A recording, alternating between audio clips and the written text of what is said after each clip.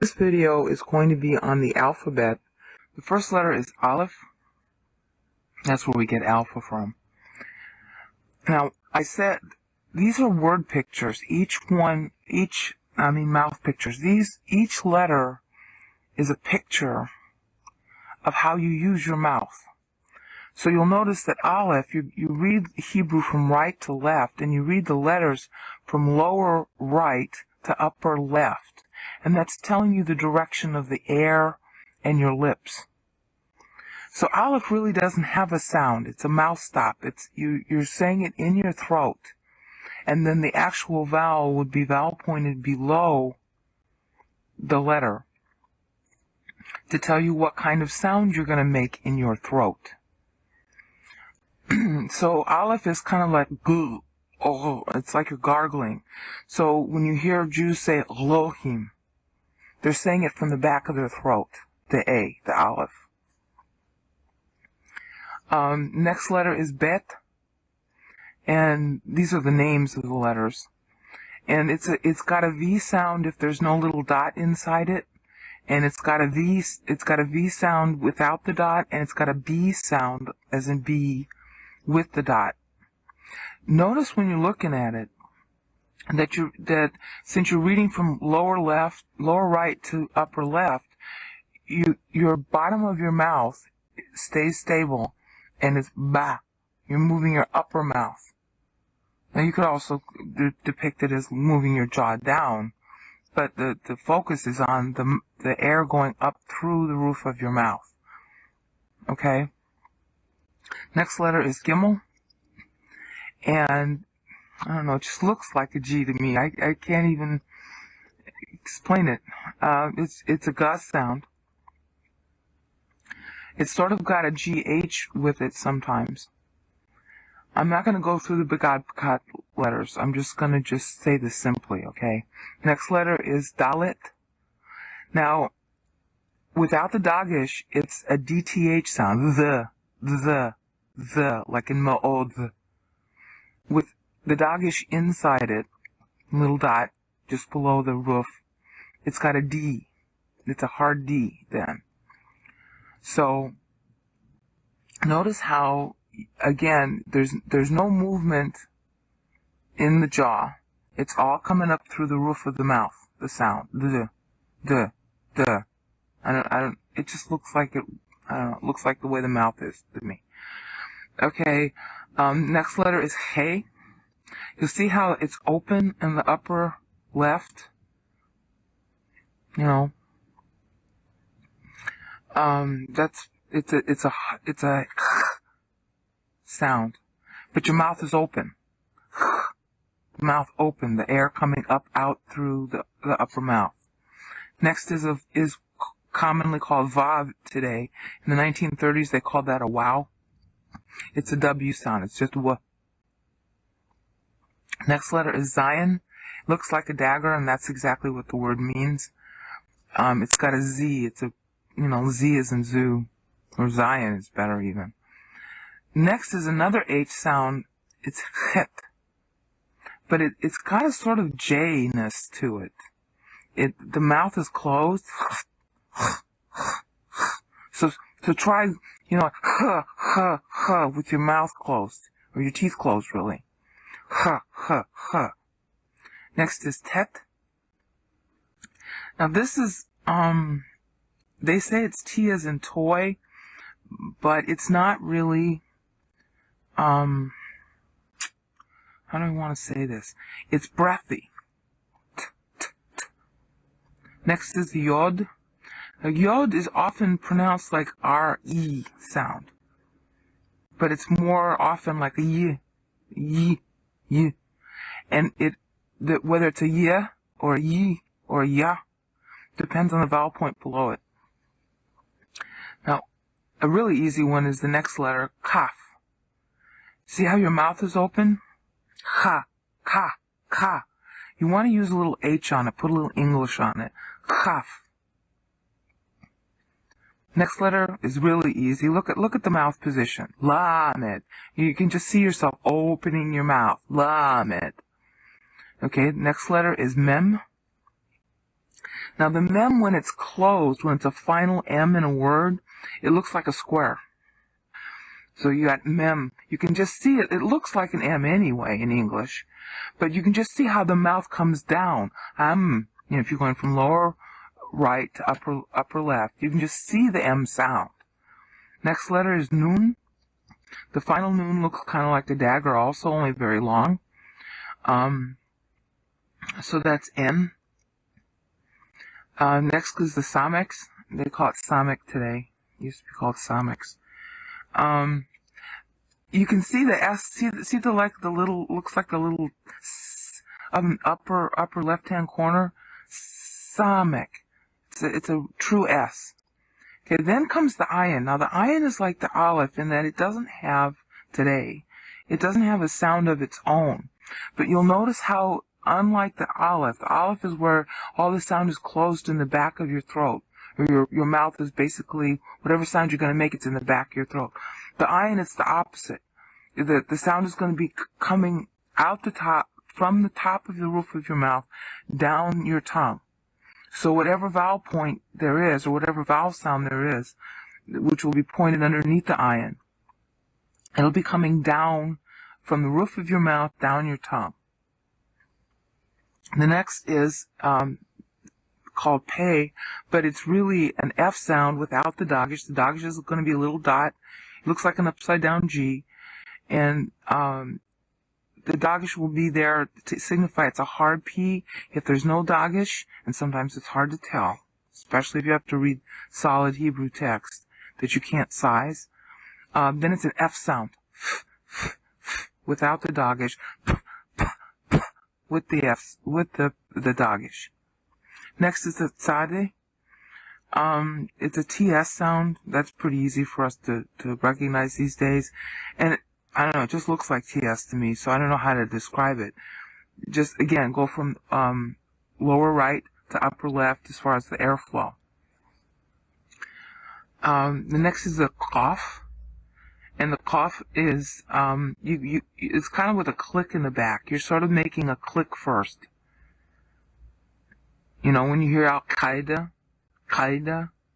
you're doing a little click on the upper back of your throat before you say the Q sound. And it looks like a Q. Well, it looks like a P to us, but looks like a Q to the Israelis. Next is resh. Now, the sound of the R in Hebrew. Modern Hebrew, it's more like French R. But it's really between a French R and a Spanish R. And when I go to pronounce it, I don't know why I do this, but sometimes I'll pronounce it more like the Spanish and sometimes more like the French, and I don't know why I do that. It just seems natural.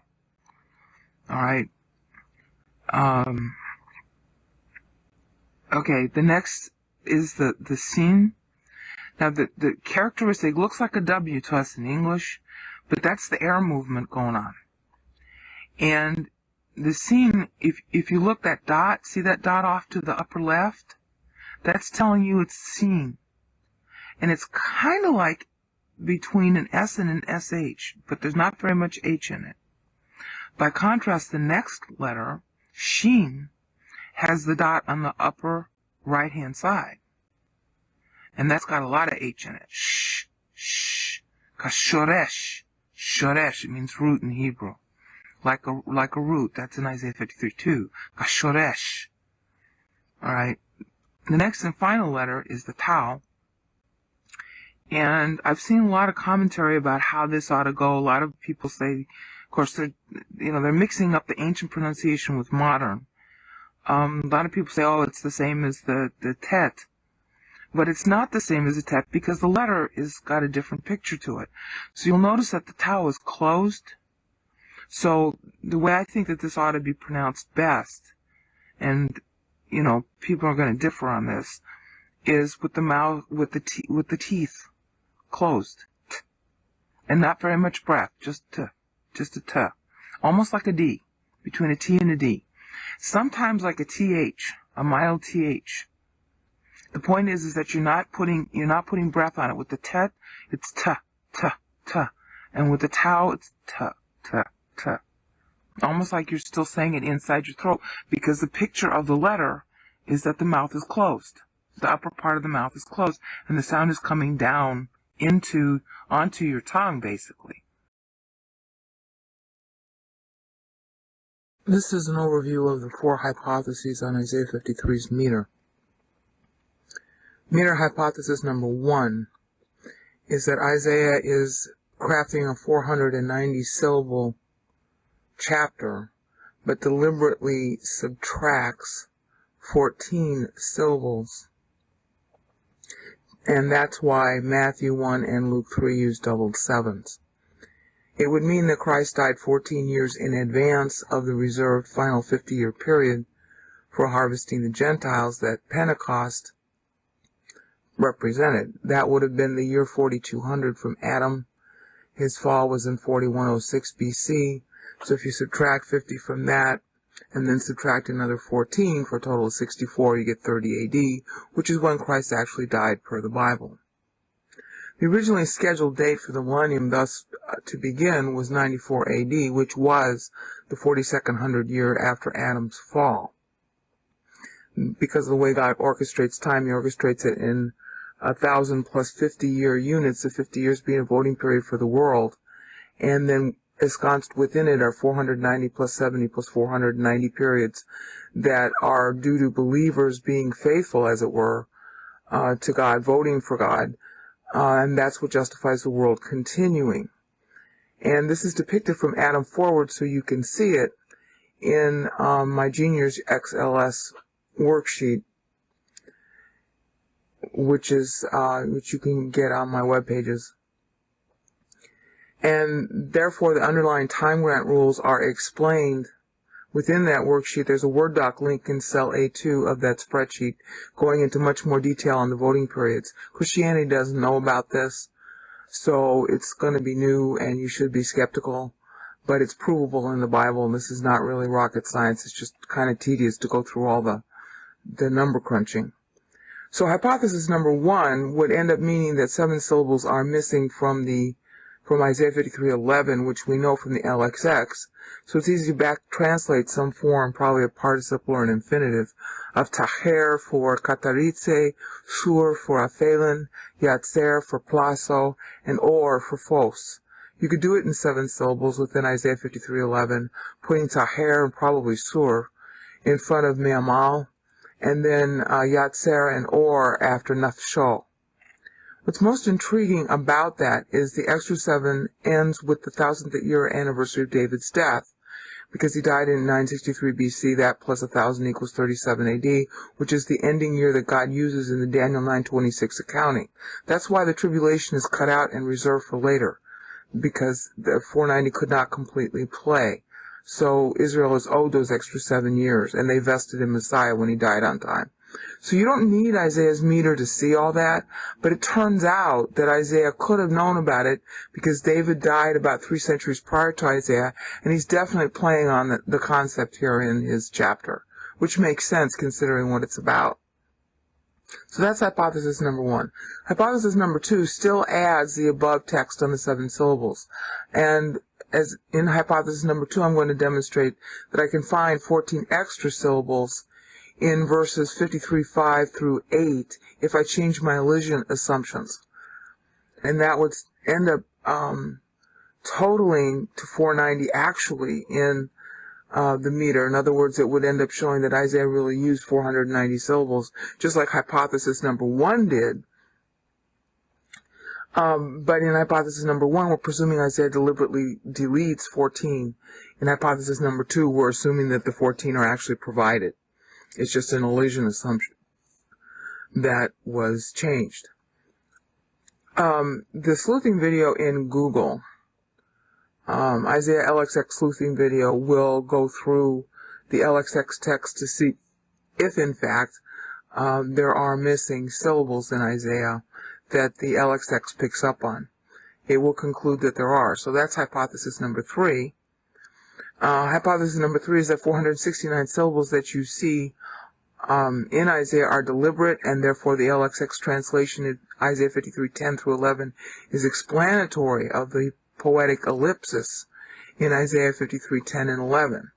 When you say those verses aloud, you can feel the dramatic ellipsis. So the argument in favor of the text we have as we have it is strong. The problem is then I have to account for the extra missing 7 syllables doctrinally. That's where, in hypothesis number 3, I got stuck. The 14 already includes the Daniel 9:27 tribulation reserve, which was known in Isaiah's day. But I'm 21 syllables short, not just 14. The 14 syllables is already truncated based on the 1000th anniversary of David's death, that we saw in hypothesis number 1, which is the deadline for Messiah to come, successfully pay, and thus renew the 1,000-year time grant. The other 7 of the 14 is a hedge for Israel's rejection, which Luke 3 and Matthew 1 reference. For in Isaiah's day, the first temple had not been destroyed. Its own second 490 would have also ended in 30 AD, so that set up a 14-year shortfall anyway. But because of the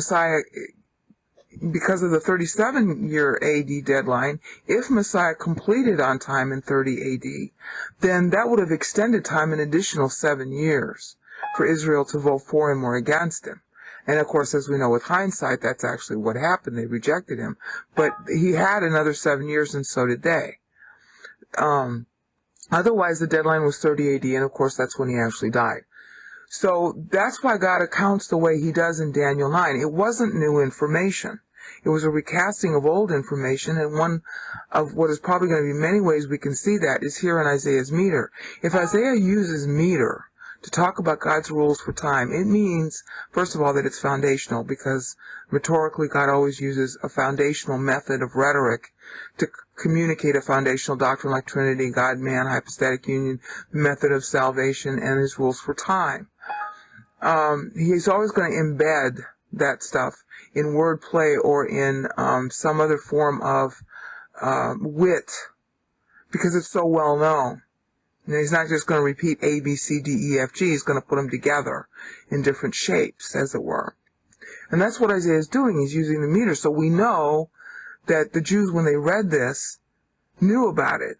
They don't know about it now. They've forgotten. They can't even get their calendar right now. Okay, so assuming that the meter is deliberate, in hypothesis number 3, 4, 2, 1, in 3, I don't know how to account for the third 7 if I'm assuming that no 7 syllables are missing, except to say that the words are missing. Okay? But the problem with that is that the words that are therefore supposedly missing in the Hebrew and in the LXX is also missing words then in the Hebrew. I have to be able to back account that too, or my assumption in hypothesis number 3 is wrong. Then there's the fact that with a 469 syllable assumption, there's 21 years spent rebuilding the temple. Actually 21 years. So maybe he's debiting 21 syllables to show that the temple would be rebuilt for 21 years. Because Israel's not a nation during that time. It's not a nation until the temple's rededicated. That was the whole premise behind the 70-year punishment, is that the temple's taken out, it's going to be rebuilt. That's what Daniel 9 was about. But there was no Israel without the temple. All right, Israel's contract is through the temple. That's in 1 Kings 8:1 and 1 Kings 9. All right, the contract is conditional on the temple standing. So the 21 years that Isaiah is maybe deducting is he's deducting perhaps because of the rebuilding of the temple, if we assume that the 469 is correct in the first place. Hypothesis number 4 will show that that's not the correct meter. But notice how you can't account for the 21 except to try and say, except to say that it has to do with the rebuilding. So hypothesis number 3 is taking that kind of an approach. Then that leaves hypothesis number 4, which revisits de novo what is the meter key in Isaiah, and it finds out that there are actually 462 syllables. It finds out that as a result they all balance, that each set of clauses is balanced to another set of clauses within the same chapter, perfectly balancing. So therefore the correct meter is 462 syllables, as shown in hypothesis number 4, and there are 4 videos on that.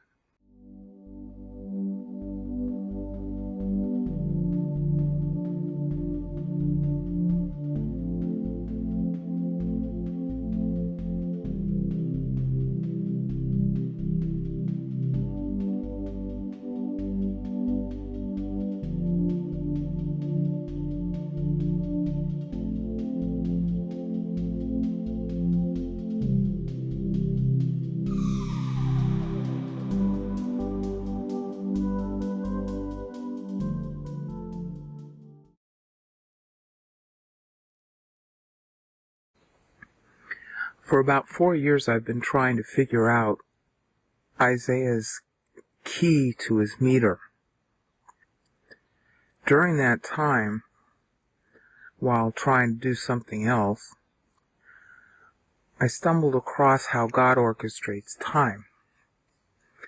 That he does it from Adam's fall, that he does it in 490-year increments. There's a sidebar in the video description to mirroring HTM, which goes through it. It's a very long doctrine. It's in the Bible. I don't know how Christianity missed it for so long, but the Jews forgot about it too. Their calendar is off as a result of that. God has a way of dating things that scholars have routinely ignored. And it's caused no end of problems, people thinking the Bible's wrong and all that, and it's really silly.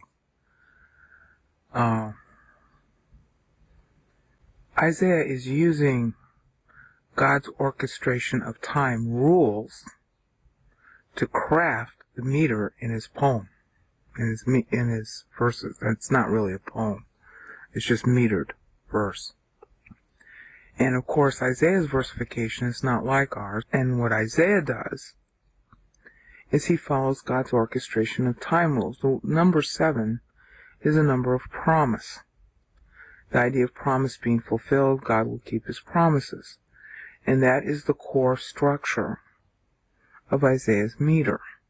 What he does is he takes a concept, which in our versification might be 1 or 2 verses, and he uses just enough syllables to make it evenly divisible by 7. And Matthew 1 and Luke 3 pick up on that. Genesis 5 is a roster.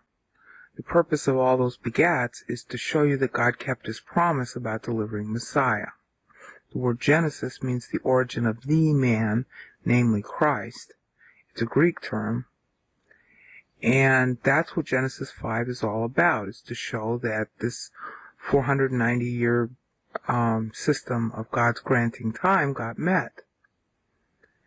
Matthew picks up on that. Luke picks up on that. And what I didn't know until last night, by accident, yeah, right, there are no accidents in the Christian life. What I didn't know was that Isaiah is using that system, and Matthew and Luke are playing on Isaiah. Now, you've seen in front of the screen this marked up sheet of paper, which is really the last page in Isaiah 53 RTF, which is the parsing of Isaiah 53 in Hebrew. That RTF parsed it, and it didn't parse it right. It's okay through 52:15. But after that, there are some changes. So what you see in front of you is you can click on Isaiah 53 JPG to get a better looking page. I reparsed it. It's tentative, probably close to correct. And what I need to do now is go back to the drawing board, because the whole purpose of the videos was to read aloud Isaiah's meter so you can see the parsing. And since I've got to change it, I've got to refigure out how to pronounce the words, because it's not like modern Hebrew at all. There is more to the story, however. But first let me explain about how you can tell that Luke and Matthew are playing off Isaiah. Isaiah 52:13 and 14. The number of syllables is 42. That is equal to 3 14s. And that's what Matthew uses in Matthew 1:17. Matthew is playing Genesis 5 roster. He's selecting the highlighted individuals who carried the line forward. And, scholars, because they don't think, or they're too harried or too, involved in politics, there's been a lot of criticism of Matthew 1:17 because they're expecting Matthew to do a straightforward parent-by-parent genealogy. No, he's selecting. And that's what happens in Genesis 5 also. But the question is, why did he pick 14, 3/14? Well, he picked it because Matthew's job was to show the derivation of the Jewish Messiah. And the decree for that derivation and its outcome is in Isaiah 52:13 and 14, 42 syllables in Hebrew. So Matthew's playing off the Hebrew of Isaiah 52:13 and 14. That's all one unit in Isaiah's Hebrew. Now Luke's job, by contrast, is that he's writing to the Gentiles. Theophilus is a straw man name, lover of God. Anybody who's reading it that is a lover of God. It's not to a particular person. And Luke is therefore focusing on Isaiah 52:15, by which point in the Hebrew is 77 syllables. So that's why Christ is the 77th son from Adam in Luke's genealogy. Luke is tracing out Mary's line. And both Joseph's and Mary's line cross at Zerubbabel through Nathan. So that is why Luke does that. And of course 7/7 is hypostatic union, doubled sevens. And that's 14. So Luke is playing on Matthew and on Isaiah. So that's a threading. That's one of the threading techniques to prove the divinity of what Luke is writing. He's not using other sources. He's getting it straight from the Holy Spirit. And the rhetorical device he's using is to point back to Isaiah for the Gentiles 52:15. At which point you've got 77 syllables. Now you can see, in the Isaiah 53 JPG, the rest of the parsing of the syllables for the rest of the chapter. I don't want to go into that here. But what I want to stress is, first of all, David died when he was 77, not 70. 1 Kings 6:1 says so. So Luke is also playing on that because, the tie to Messiah, to fulfill the prophecy to the Gentiles, Ken Yazah Goyim Rabim Alai, in Isaiah 52:15. Luke is stressing that also. Christ died for all mankind. That's the point. The bigger issue has to do with Isaiah's number of syllables at the end of the chapter, which is 469, as you'll see in the JPG. I think that's supposed to be 7 syllables more, because there are 3 verbs and 1 noun in the LXX that are missing in the Hebrew, and we know Hebrew text is missing in Isaiah 53:10 and 11. One of the nouns, light, which in Hebrew is or and in Greek is phos, is in the Isaiah scroll, but not in the Masoretic text. There's a big gap in the Isaiah scroll, so we know the text is missing. That's what a scribe was supposed to do. And the 3 verbs that are missing are in the LXX, but not the Hebrew. Kataritze, which in Hebrew would be tacher, letacher really. Aphelin, which is at the end of 53:10 in our text, but really belongs to 53:11 in the LXX. And the Hebrew verb for that is sur, with the summix. And the third verb that's missing in the LXX is plaso, and in the Hebrew would be yatzer. Those are very common verbs in the OT, the Greek being used for those Hebrew words. Sur happens to be one of Isaiah's favorite words. He uses it 25 times. Yatzer and then taher he only uses once. And they got to be verbs. I think that there's 7 syllables missing. I think they're missing in Isaiah 53:11. Possibly 10 would contain some of them. It's possible that up to 21 syllables are missing, but I think I understand Isaiah's accounting. But he's balancing his meter to 490. And then he's debiting, like God will later do in Daniel 9, because this debiting was known in Isaiah's day. Daniel isn't getting new information, he's just getting God's accounting of how God can justify restoring it. So, Daniel 9, therefore, ties retroactively to Isaiah also. These would be pretty big theological things to cover. And of course, Christianity doesn't even know about God's orchestration of time. So I've got to kind of go back to the drawing board on Isaiah 53 and make sure I know of the parsing and how Isaiah did it before I can continue. Sorry for the delay. Okay, these are raw notes looking at Bible works starting at 52:13 to see how the LXX is translating the Hebrew word for word. 52:13, irusunese opaismo, I'm not trying to pronounce it rightly. Ke upso thesete, ke doxa sesete svodra. Well, that's pretty much the same as what the Hebrew says, but it's not trying to do it literally, but it is conveying all the meanings. So that's 52:13. 52:14. Hontropon extesonte, epitepoli hutas adoxese, apo anthropon to eidos su, ke doxa su apoton anthropon. Well, there's nothing really different there. That's Isaiah 52:14 in the Greek. Again, they're using the meaning rather than, they're not trying to match it word for word, but they are saying the same thing.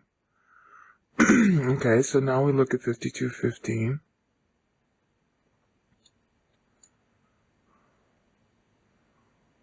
Hutas tama sonte ethnepula epiaftoi kesun exusen basilis tu stomafton oti ois uk anengelin. That's anangelo. Periaftu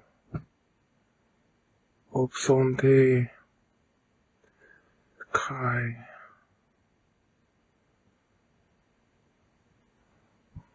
hoi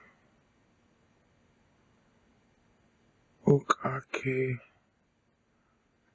koasin koasin sune sunsin.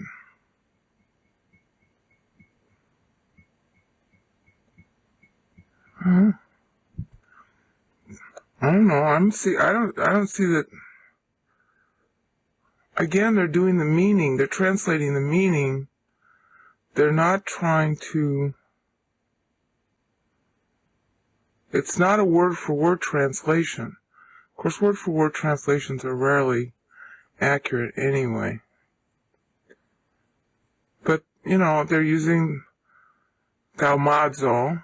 That's accurate for Shamimu. I mean,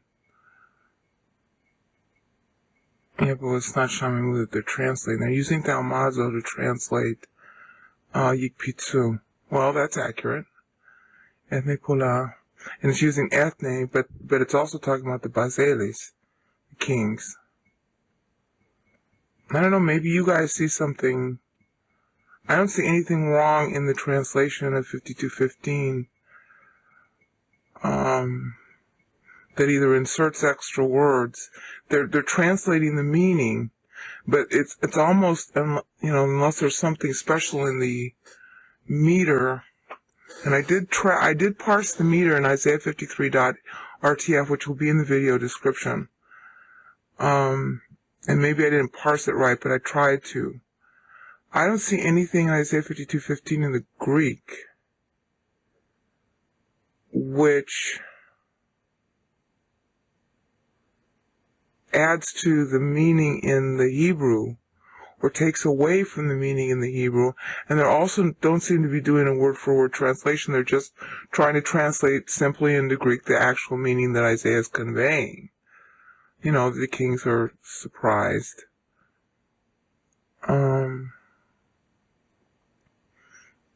Sun exlucen baselis to stoma. Well, that's pretty literal. Actonati ois ane gelo. Well, that's pretty literal. Anangelo means to make known or announce, and that's pretty good for supar. Periafto, aftu. It's not aftu, that's modern Greek. Periautu. Opsonte.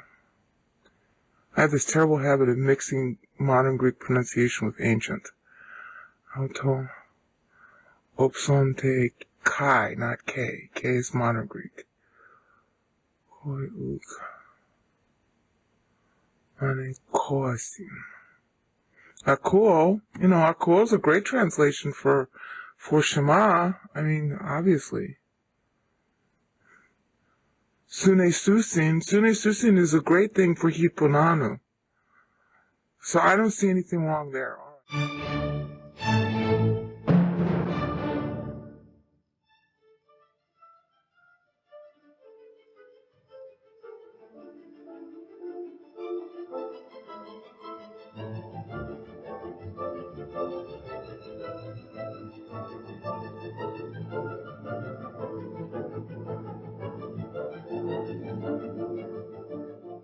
Now I'm on 53.1. Kurietis episteusin. Sorry about my bad pronunciation. Te akoi hemon ke o brachion kurio tini ape kalupthi.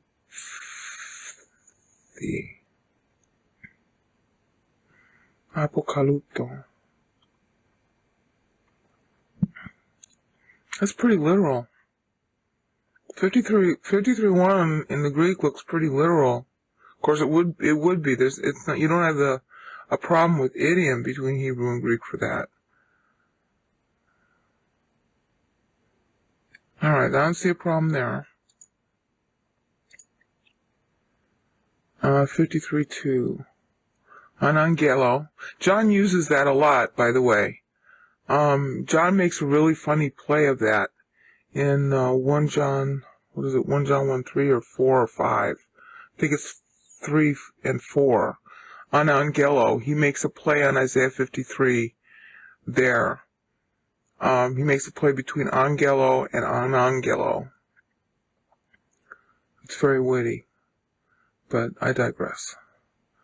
Anangelamen. I'm on Isaiah 53:2 now. Anangelamen and Antion aftu. Autu. God, I gotta get over that habit. Hos paidion. Hos risa. Enke dipsose.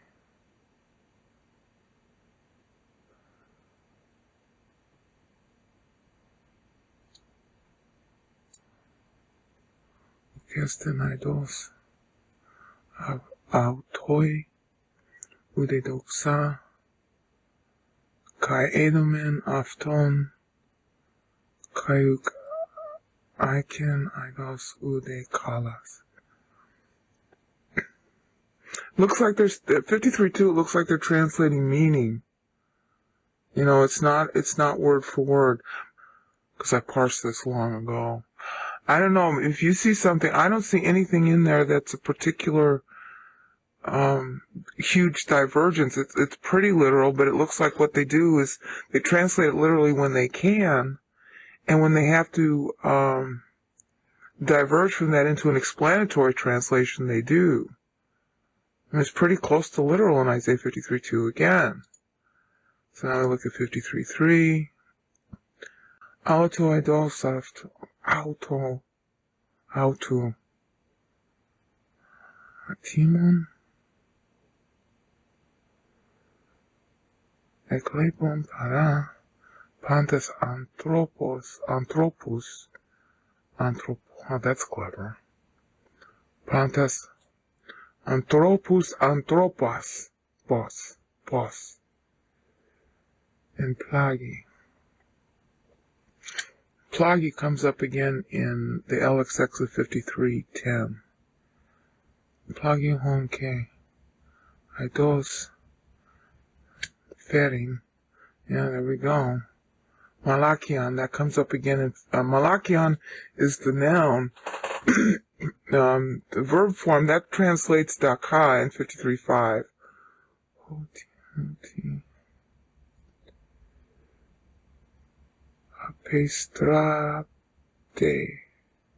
Apestrapte. Ton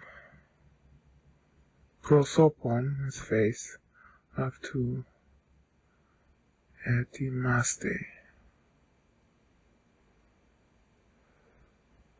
Keuk elogiste. Okay. I don't see anything there either. Again, what they're doing, they don't seem to be, I don't know that they're trying to translate it poetically. They do have some kind of, they do try to keep to 15 and 10 syllables, but it looks more like they're just trying to translate what he says, and they're trying to keep, again, literal when they can. Okay. So what this is leading up to, the reason I'm doing this, is 53:10 and 11 seems such a departure to leave out those words that are in the Hebrew from the Greek. And I'm trying to see if they do that beforehand. Okay, now I'm on 53:4. Udestas hamartias hemon. Feri. Que peri humon hemon. Udunete kai. Chemis. Elogista meta. Avtonine. And ponoi. Kai, not K. And plagi, there's plagi again. Kakose, that's a famous word. Kakoses is generally used often used for a sexual analogy, and Isaiah's making that, and they pick up on that there. And they often use that as to show, like, rape and stuff. It's a euphemism. It's a noun. Okay, 53:4, I don't know if you guys see anything. I don't see anything there that's, no,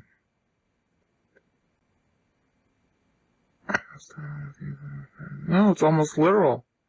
Okay, 53:4 is almost literal. So, the pattern I'm seeing from 52:13 so far, through 53:4, is that they go for literal when they can, and when they can't, they go for explanatory translation of the Hebrew. Okay, now I get to 53:5. Avtos et talmatitse tietas anomias hemon kai. See, there we go. Look at that. Avtos te atromatiste dietas anomias hemon kai. And then look at the next verb there. Okay, it comes from malakizomai. It's memalakiste. Memalakiste. Sorry, I'm yelling. Okay, that's used for meduka. Okay, malakizomai is used for meduka in 53:5. So why isn't it used in 53:10? Dieta chamatias hemon paidea, punishment. Irenis hemon epafton toi molop. Okay, then you got molops. All right, it's in the second part of it. It's paidea irenis hemon epiafton toi molopi. Sorry. Autu, chemis, iaftemen. Okay, it's using molops. Alright, again, it looks like they're aiming at as close to literal as possible, and when they don't get literal, they got explanatory. So it doesn't make sense why, why aren't they using, let me go back to 53.5. Why don't they use, malakizomai for daka in 53.10 when it's used here? It really implies that something's missing. Yeah, now I'm 53.6. Pantesto probota. Ram. Epilanetomen. Epilanet. Amen. I can never say these words right. Eplanetemen.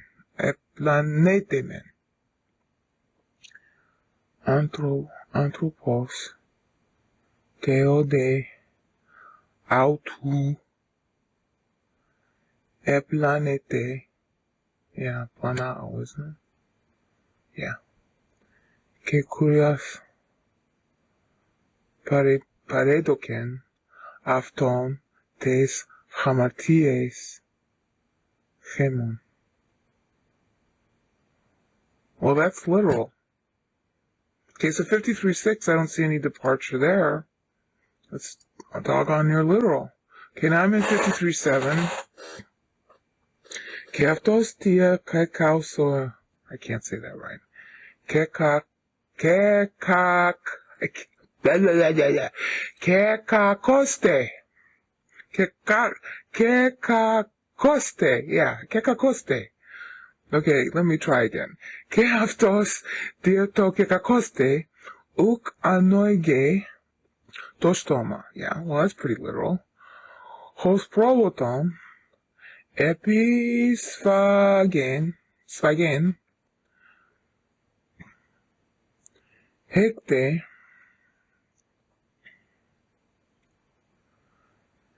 kehos amnos, enantion, tu kerontos, I hope I'm not hurting your ears, tu kerontos, auton, aphonos, it stayed silent. Hutasuk noige tostomav tu. Okay, that's literal. 53.7 is literal. Or as close to literal as possible. Okay, 53.8. Entepan, that's my favorite word. Tapeno. I'm looking at 53.8. Ente tapenose.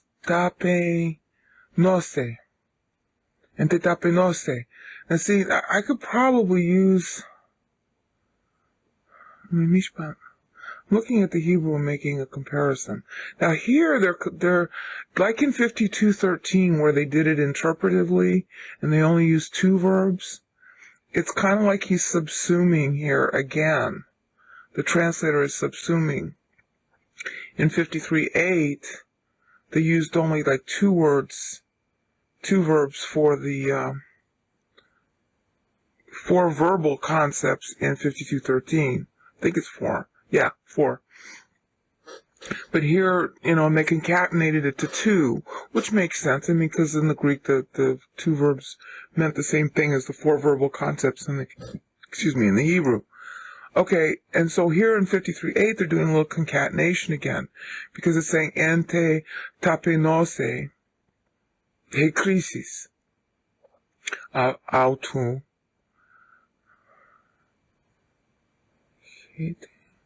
comes from iro erte tin genean aftu, yeah, but that's literal. Tiste gesete. I can't say that word rightly either. Why is the Hebrew so easily to say, but the Greek is not? Diegesete.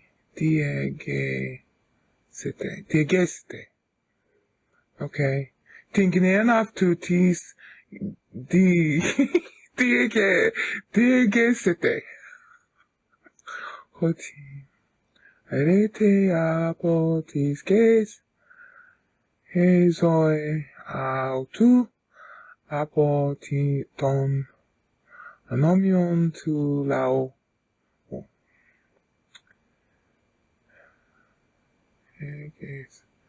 aestanaton.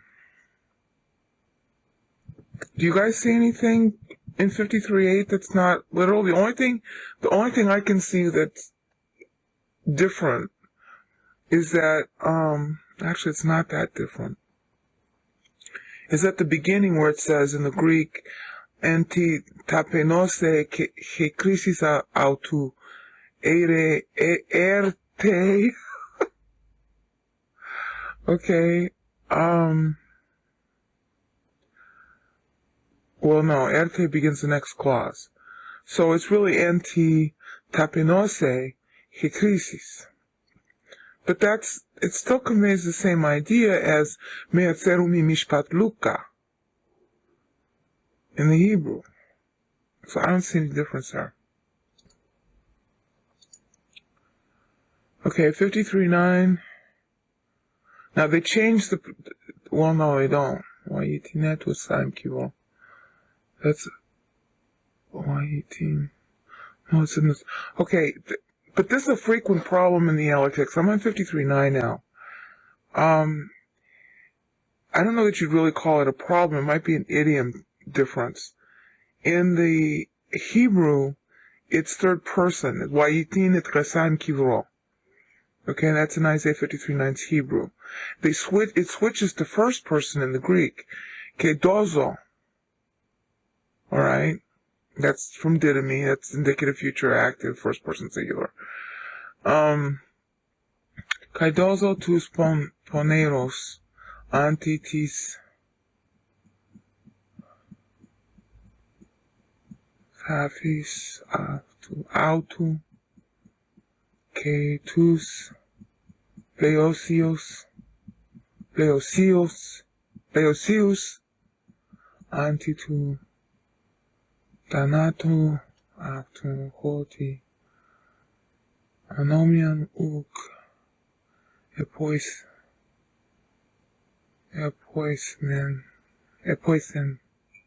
epoisen, excuse me, ude urete doulos entoistomati autu. Okay, well, 53.9 looks like it's literal. The only thing that's a possible big difference, but I've seen them do this before, I'm wondering if it's not idiomatic, is that the switch, the switch to first person. You know, in Hebrew it's wayitin, from natan to give, kel imperfect, and that's in the third person in the Hebrew. But in the Greek, it's dozo, first person. But it is still God speaking. That's still the decree. So, maybe it's just better in the Greek, more idiomatic to switch to first person. But it still looks like it's a literal translation to me. So, I'm sorry, but I'm at a loss when we get to 10. Okay, 10 says, kai kuras bulete katarisi afton tis plagis. And dote peri, switching to second person again. And dote peri hamartias jesuke humon. Opsite sperma macrobion ke bulete kurios afelen. That's 53.10 in the Greek. Okay. It seems like it's a big departure from where Yehuah chafetz dako hicheli. The dako is missing. That should be, what was that, malakizomai. They should be using that, they should be translating daka, and it's not there in the LXX. Why? And then bayado yitzla, in the Hebrew, is not translated, it's skipped over. It's after sperma macrobion, and then there's like this gap, where bayado yitzla should be, and it's not there. And it goes to the next kaibulete kurias afelen. Now, I could try to argue, that aphelin is used to translate yitzla, because aphelin is what yitzla actually does. It's two sides of a coin. But then bayado should be translated in there with care in the Greek, but it's not. I think this is a departure. I think there are words missing in the Hebrew. Okay, now we look at 11. Apotupono tis sukis. By the way, 5310, where it says Kebulete kurios afelin, that really should be in 5311 of the LXX. Okay, 5311. Apotupono tis sukis aftu dexe aftoi fos. Okay, dexe aftoi fos. Yireh yizba could be used there. Dexe is often used for ra'ah. Alright, so you could argue that the yireh and dexe are equivalents. Okay, so where it says in the Greek, apotupono tis sukis autu, dexe autu autoi phos, ke place. Place needs to be translated into the Hebrew. I'll bet money that's missing. Que place tisunese, de kaiose de kayan. Oh, that's so clever. Eo de alunta polis que tasa metis autos,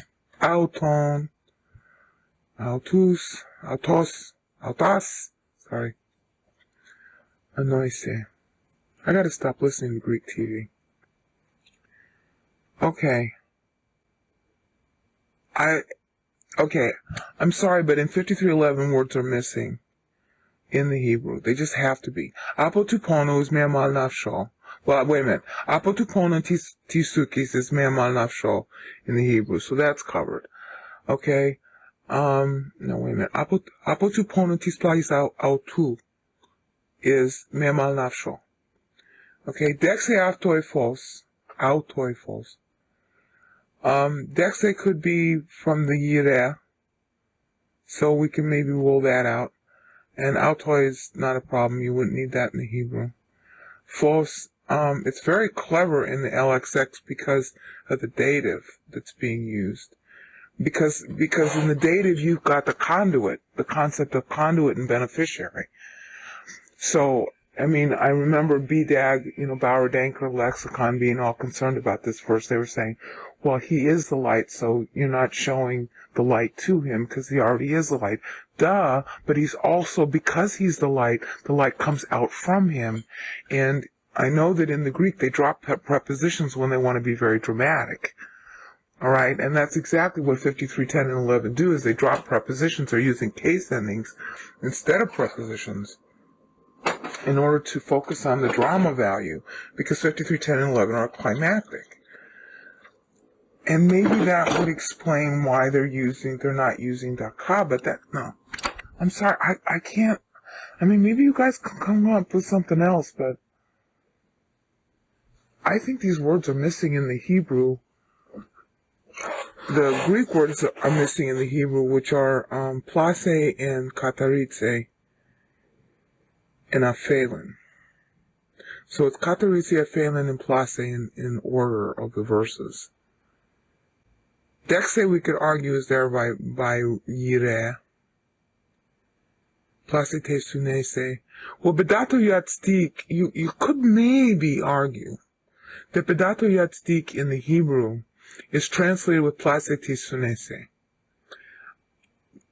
Okay, because then you have but the trouble is then you have dekaiose. So I guess you could say place te sunese dekaiose is used in the Greek to translate bedato yatzdik in the Hebrew. And they are trying to be somewhat literal with it, because you see they're trying to catch on the same wordplay that Isaiah uses. Remember when he says in the Hebrew, bedato yatzdik tzadik adila rabim? Okay, you got yatzdik and tzadik right next to each other. So they're playing on that in the LXX when they're saying dekaiose dekaya in the LXX. So they're trying to catch it. I'm sorry, but I just have to conclude that there are words missing. It could be argued that place te sunese de kaiose is trying to translate bedato yatzdik. And then the kayan, you could argue, is in the heroic accusative. I mean, it's the object to make righteous anyway. but it's really talking about him being the righteous one. So it's in the heroic, you could argue it's in the heroic accusative, the Attic heroic accusative, drama Greek. But that still leaves us, it would be smarter if I said Plaso was also missing. Alright, Kataritse, I think, is missing from the Hebrew. It should be there. That would be Taher. Aphelin is missing in the Hebrew. That should be Sur. Place ought to be missing in the Hebrew because that's Yatzer, and Isaiah uses Sur and Yatzer an awful lot in his passage, in the whole book. He uses Yatzer about 30 times. Sur uses about 25 times. So Isaiah would use Yatzer here because it's a climactic passage about making kids.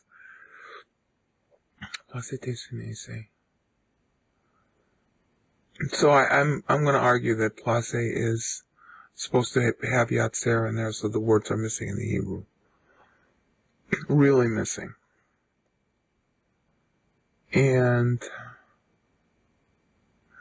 Dexe, you could say that Yireh is standing in for Dexe, so the Dexe is translating Yireh.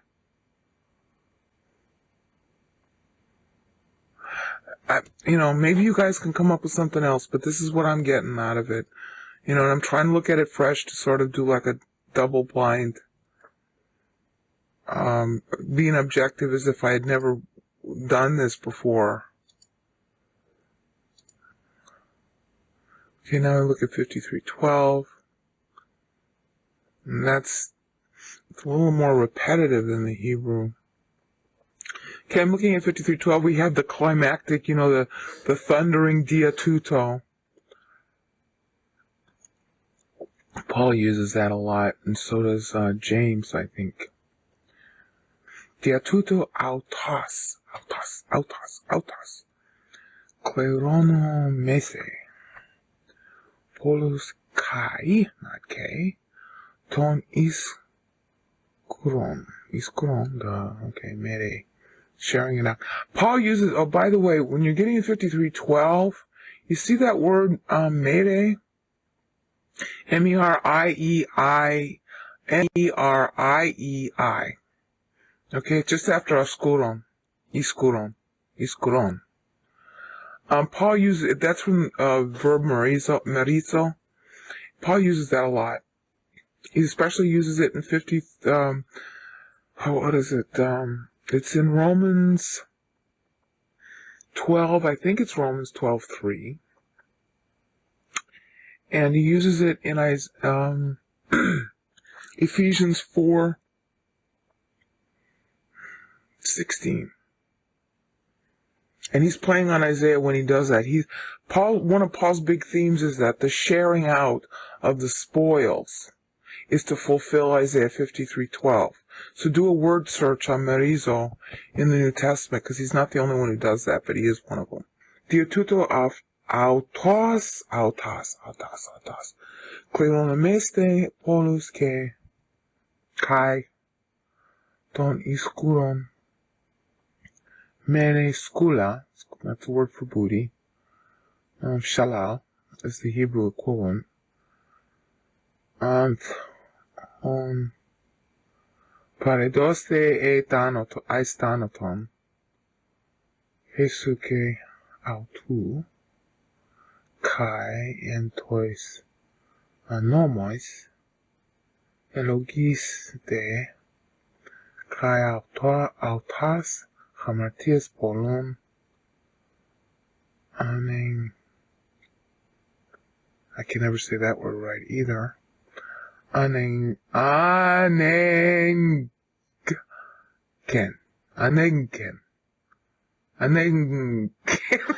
Can't do it. Okay, it's on a pharaoh. Aorist, active, third person. Kai diatas hamartias afton paredote. Okay, do you see anything that's particularly different? And it's a little more repetitive. It's almost like, I don't see enough different in 53:12 versus the Hebrew to say that there's any words missing.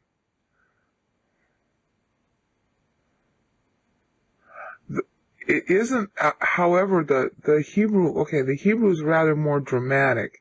You've got, he suddenly switches to those 6 syllable things, Tahat asher heera, lamawet nafsho, wet poshin nina, wahu het rabim nasa, wala poshin mivki. You can feel the drama in the Hebrew. And it looks like they switch to explanatory. They don't try to put the same drama there in the Greek.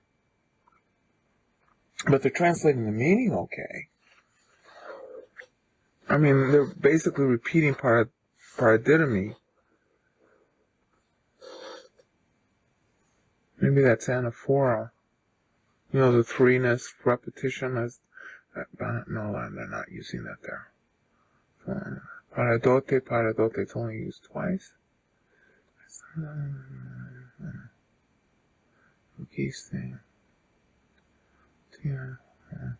Now, you know what they're just trying to translate what he means. They don't look like they're trying to do, unless, I don't know enough about Attic Greek drama, rhetoric, and syllabification. But it doesn't look like they're trying to be dramatic. The only thing I noticed about 53:12 that's of drama is that it's in 53:10 and 11, they leave out prepositions, and then they pile them up. Look how many prepositions are in the LXX in 53:12. You've got dia, anti, ice, in, dia again. Alright? I mean, there's almost no prepositions in 53:10 and 11. And all of a sudden, all these prepositions appear. So, I saw that, but if there's more Greek drama technique being used in 53:12, I'm ignorant of it. Maybe one of you guys will find it. So that's it. My conclusion is that the words are really missing in 53:10 and 11. That the Greek is missing the Hebrew from the ka and yad and yitzla. And that could be easily done because boulete is repeated twice. So it's possible for the transcriber to have missed it. And that's why we needed both the Hebrew and the Greek text to see the whole Bible. You know how God preserves. He doesn't necessarily preserve it in one place, he'll preserve it in another. And if there's an error in one copy, it will be perfect in another for that verse. So that rule is being met here. It's just a question backing into what was originally in the Hebrew and what was originally in the Greek. I maintain that the Greek is missing the Hebrew equivalent, which is probably malakizomai, for daka. And for hecheli, malakizomai, you could use traumatizo for hecheli. I'm not so sure that would be a good verb for it. And then for yad, you'd have to put in care somewhere. So I maintain that's what's missing from the Greek.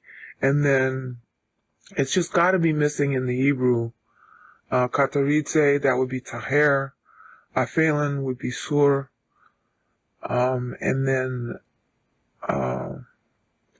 it's somewhat of a toss-up on dexe. I'm going to argue that dexe is not really missing. It's represented by yireh. Maybe not, because that's in 53:11. Definitely plaso needs to be translated into the Hebrew, and that's probably using yatzer.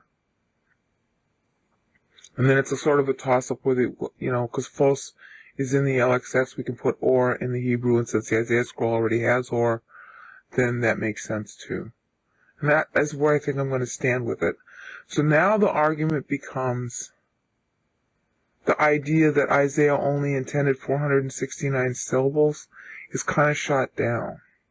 First of all, I can't figure out what the extra 7 missing syllables would represent doctrinally as far as the timeline. But more importantly, the text that we've just gone through here really implies a departure from 52:13 to 53:12, we've seen a pattern of the translation being literal or explanatory. So why would those words be missing from the LXX that are in the Hebrew, given that pattern of translation? And by the same token, since that is the pattern of translation, then the words we don't have in the Hebrew probably were there. Namely, kataritse, aphelin, place, and phos, if not dexe. So that's the strongest argument for saying that the words are actually missing. We've got some words in the LXX that are missing from the Hebrew, that need to be inserted into the LXX, and we've got some words that were in the Hebrew but are now missing from the Hebrew that are preserved in the LXX. And I don't know, that's got to be my conclusion, given the pattern of translation from 52:13 through 53:12. If you got something you're coming up with that's better, I'd be more than happy to hear it. Thanks a lot. It's extremely shocking to discover what kind of meter Isaiah is using, because it's entirely based on God's orchestration of time.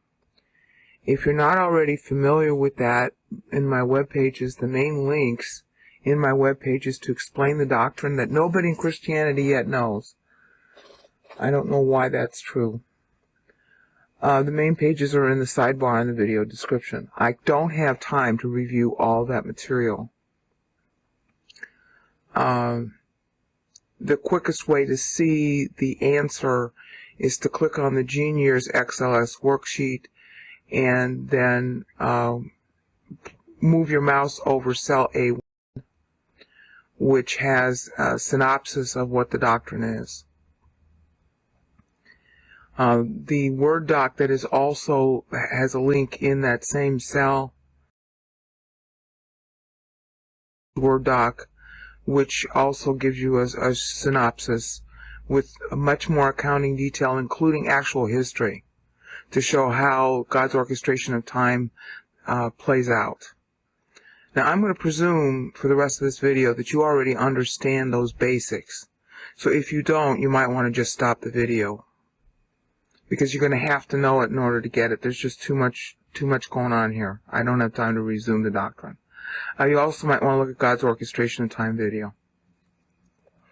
Okay, now we're going to go through it, and we're going to go through it pretty fast. Isaiah 52:13 and 14 is based on 42. 42 is 3 times 14.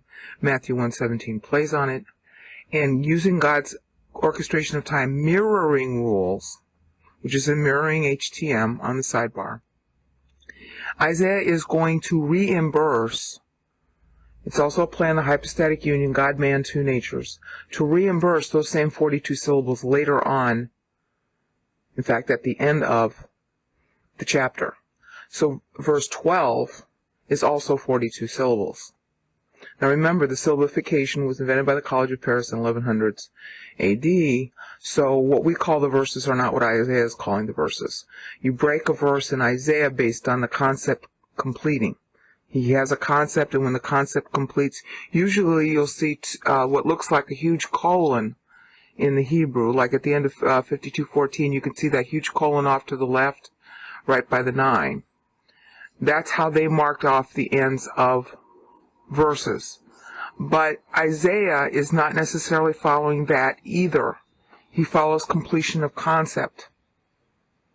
And when he finishes a completed concept, that completed concept, the syllabification of it is divisible by 7. But it is also biblically significant as to God's orchestration of time rules. So that's why 42 is used. And it ends at verse 14, which is the second colon in the Hebrew. But in Isaiah's terminology, it's the first. So 42 syllables, therefore verse 12 is 42 syllables, reimbursing the first 42. You will also notice that 52:13 and 14 and 53:12 tie in concept. In other words, 52:13 and 14 is the decree, why God decrees Christ, The decree to create has to come after the decree to create Christ. Calvinists have gotten it wrong, and so have most of everybody else in Christianity. This proves otherwise. This proves what the real decree is. I'm not saying it right, I'm saying it too fast. Okay, so 52:13 and 14 is 42 syllables to show the decree, and the decree is answered. The outcome of the decree is in 53:12. The content ties, but so does the syllabification. It's each 42 is divisible by 7, that's 6 sevens, and you know, as you know, 6 is the number of man. Alright, then the next thing is in 52:15, that's 35 syllables. 42 minus 77 is 35. That is reimbursed in similar content, also answering. It's like an antiphony. If you know about antiphony in Scripture, it's a major rhetorical style. When Father talks to Son, Son talks to Father, the OT often uses antiphony. And so this is sort of phrased like that, but it's really more on God's orchestration of time, because 35 is answered by 35 in Isaiah 53:10. Isaiah 53:10 is also 35 syllables. So you see that the restitution, the mirroring, the doubling occurs, reimbursing, as it were, because all time is about reimbursement. Time is granted, and then it must have its purpose fulfilled, and if it does, then the time is granted again in the same amount. It's reimbursed. So Isaiah 53:10 reimburses, answers, antiphonal answer to Isaiah 52:15. Both are of 35 syllables, and both are tied in content. Both are on atonement. 52:15 is the purpose. 53:10 is the contract for atonement. Okay, I gotta run fast on this because there's so much material to cover. Okay, 53:1 and 2 are 56 syllables. These 56 syllables are reimbursed in Isaiah 53:5 and 6. Now you're gonna have to take your time with these things, and I understand that. I'm just trying to give you the highlights, the overview. 53:1 and 2 are 56 syllables. 53:5 and 6 are 56 syllables, reimbursing, mirroring, doubling. Now this is really going to be the hardest part about this chapter to explain. There are 56 days between the first day of Passover and Pentecost. That was always the purpose in the Mosaic Law, to show that there were 57 years following Messiah that would close history. The millennium would begin in the 50th year. Alright, that was Jubilee. And that's why you had the concept of Jubilee. That's why you had the concept of the sabbatical years, which I'll get to in a minute, because Isaiah is using that also as a meter. And that's why you had 7 days for Passover, because the tribulation, what we call the tribulation, they called it by the different names, was a reimbursement of Passover week, which was going to be Passion week. Alright? And so 56 days was the alert to it. Now, there's another 56 days that runs from Pentecost to 9th Ab. 9th Ab is a very famous date in Jewish history. At the time Isaiah wrote, it hadn't yet happened, but Isaiah's been predicting it since chapter 44. So he's threading chapter 44's prediction of the destruction of the first temple down here when he uses 56 syllables. And he's using it twice because it occurs twice. Once between Passover and Pentecost, that would have been if the Jews accepted him. Then they would have gone into the millennium after the 57 years was over. Remember, in Jewish time, the new day begins piggybacked on the old day.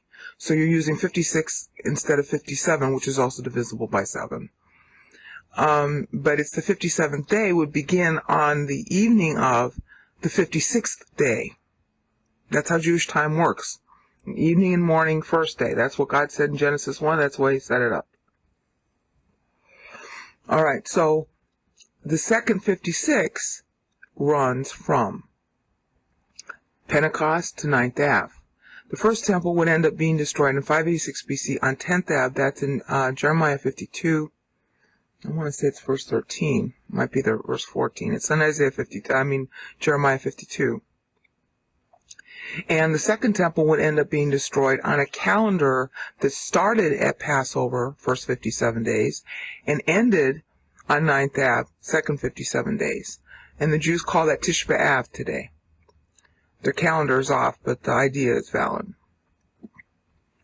So Isaiah is saying, this mirroring business of paying back time, if you have to spend negative time in judgment because you rejected the positive time, first 57 days, you reject that, you get it reimbursed to you as judgment. And that's exactly what happened with respect to the Second Temple. So he's also forecasting the destruction of the Second Temple when he does Isaiah 53:5 and 6.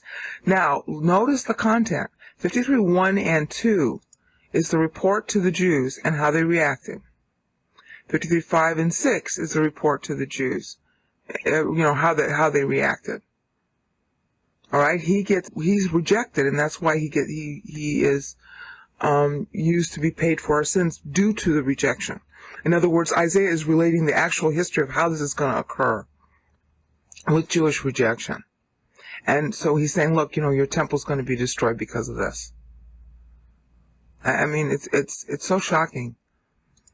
And that was known since the Mosaic Law of the 57. So, it's not like he's telling them something they don't know. And he's doing it through the meter because it's so well known. All they need to do is see that it's 56 syllables and they know exactly what he's talking about. He doesn't have to use any text. This is reinforced, this whole concept that I've just been saying, is reinforced by the metering in verses 3 and 4, which is 70 syllables. Think of Daniel 9:2. The concept of 70 is a voting period. It's been true since Adam. That you have to find out from the orchestration of time mirroring.htm and the Gene Years XLS. Both links are in the video description. The 70 years is a voting period for believers. The 70 years was developed if you had a 490-year promise unit, you'd have 70 sabbatical years in them. That's why you have 70 years, that's why you have the sabbatical years, and that's why you have a 70-year rest period. 490 plus 70 equals 560. That's God's basic unit of time grant that he's been using since Adam. The Jews were promised time. If Israel was faithful, time would continue. The minute Israel was called out to be a nation to God, the promise of time went through Israel. All right, Israel rejected God in 1050 BC, and therefore the promise of time had to go through David only. That's why the tribulation does not belong to church. That's why the church cannot be in the tribulation. That's not the main importance of it, but it's a sidebar importance. That the time belonged to the Jews. And because they rejected Christ, the time went short. 70 years was their time for voting. All right, and that's why you see 70 years in Daniel. All right, and I go through that in mirroring.htm. So if this is all news to you or your eyes are glazing over, just stop the video now because you'll have to read those web pages to understand what I'm saying here. It's too sophisticated what Isaiah is doing. I just can't go back and review the basics of this doctrine. Okay, so 70 years is in 53:3 and 4 is a syllabification. That 70 years is mirrored, played back, and that's exactly what happened in history too. Isaiah's writing well before it occurs. In Isaiah 53:7 and 8. Now 7 and 8 are again on the judgment of Christ. 3 and 4 are on how the Jews despised him. In other words, 3 and 4 are now focused on the voting. The Jews voting against, God voting for, Christ voting for. And therefore, it gets mirrored back to them in 2 70-year periods, which actually ended up happening between 586 BC and 446 BC. So he's mirroring again. So the 56 syllables got mirrored in from 53:1 and 2. It got mirrored back in 53:5 and 6. And the same thing for 53:3 and 4. It got mirrored back in 53:7 and 8. All right, and in history, it actually played that way. In both cases, you ended up having 2 56s, and you ended up having 2 70s. So he's telling them their history in advance. Now, when God tells you something bad, he always ends it with something good. This same bad news is a promise that Messiah will be completed. You'll notice that it's a promise because he's telling them that the 56 and the 70s are going to occur due to their rejection. All right? But Messiah gets completed, so the salvation gets completed. The other thing he's telling them, and this was the biggest shock for me, is that 56 and 70 is mirrored twice also. You've got 56 and 53:1 and 2. 53:3 and 4 is 70. So the sum of the syllables between 53.1 and 2 through 4 is 126. All right, that 126 is repeated again in 53.5 through 8. Now that 126, God refers back to Isaiah. I mean, God had Isaiah warn us about the destruction of the first temple. He started that warning in chapter 44 with the talk about Cyrus and all the rest of it, how Judah's desolation, blah, blah, blah. Because at the time he's talking, it's only Samaria that's about to go out. It's in the 700s BC. But it is going to happen to Judah, and he's paralleling the current devastation they can see with Samaria and Sennacherib with the future devastation they're going to see. Well, not them, but their children are going to see in Judah. And he's trying to warn them. He's basically saying, take your warning from Samaria that this is going to happen to you, so don't do what your sister did. Okay? So the 126 years happens to be short. When the temple's destroyed from 950 to 586, it's 126 years short of its own time grant of 490 years. God uses that 126 years to craft a new time grant in Daniel 9:25. Okay, it consists of 3 pieces, and there's a reason for the 3 pieces: 7, 49, and 70. All right, and Isaiah is using the 126 years here, and he's mirroring it to show that it's going to get paid. Messiah's going to come on time. Because the first temple destruction is going to intervene before Messiah comes. So that's why he's mirroring it, because he's showing it's going to get paid. And of course, the actual mirroring occurs in 586 BC when God crafts the new time grant.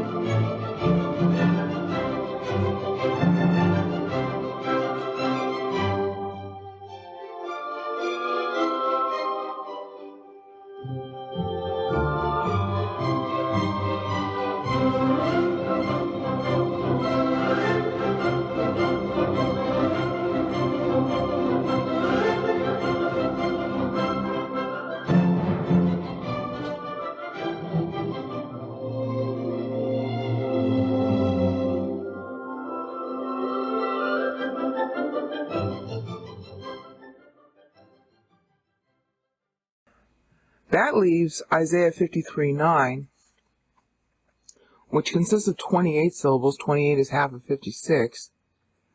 And that is mirrored in Isaiah 53:11. Again, you'll notice that there's a tie in content. Okay, that's why the syllabification is tied, because the content is tied. He's telling you what to look at. This is a type of threading that is done in Scripture. I just didn't know that it was done this way. And if it's in Isaiah, it's going to be in the other prophets too, but I haven't checked them yet. So Isaiah 53:9 is 28 syllables. Isaiah 53:11 is 28 syllables, mirroring Isaiah 53:9. And you can tell it mirrors because Isaiah 53:11 is talking about him paying for sins with with his thinking on the cross. Paying for our sins with his thinking on the cross. 28 syllables. As is. No extra words inserted. No translations from the LXX. And 53:9, of course, is talking about him dying as a result. All right? And telling you why he's resurrected, because there was no violence. He was unjustly, killed. So Isaiah 53:11 is telling you about the contract result. Isaiah 53:9 is telling you about what the world gets out of it. The world wanted to destroy him, and all they got out of it was his grave. And of course, we all know about that prediction about being buried in Joseph of Arimathea's tomb. All right, but 53:9 plus 53:11 is 56 syllables, tying to the 2 prior 56s. And again, that actually happens in history. So that's why he's using the 56. I mean, the very heart of the meaning of the 57 days is Passover to Pentecost. So this is a way of saying, yes, the prophecy will be fulfilled. And 57 years afterwards was supposed to be the beginning of the millennium, which didn't happen due to Jewish rejection of Christ. That's why you have the 56 listed 3 times. All right, but you'll notice 53:9 is mirrored in 53:11. So that covers the mirroring. So a brief summary: 52:13 and 14, 42 syllables mirrored in 53:12. 52:15, 35 syllables mirrored in 53:10. 53:1 and 2 consist of 56 syllables mirrored in 53:5 and 6. 53:3 and 4, 70 syllables mirrored in 53:7 and 8.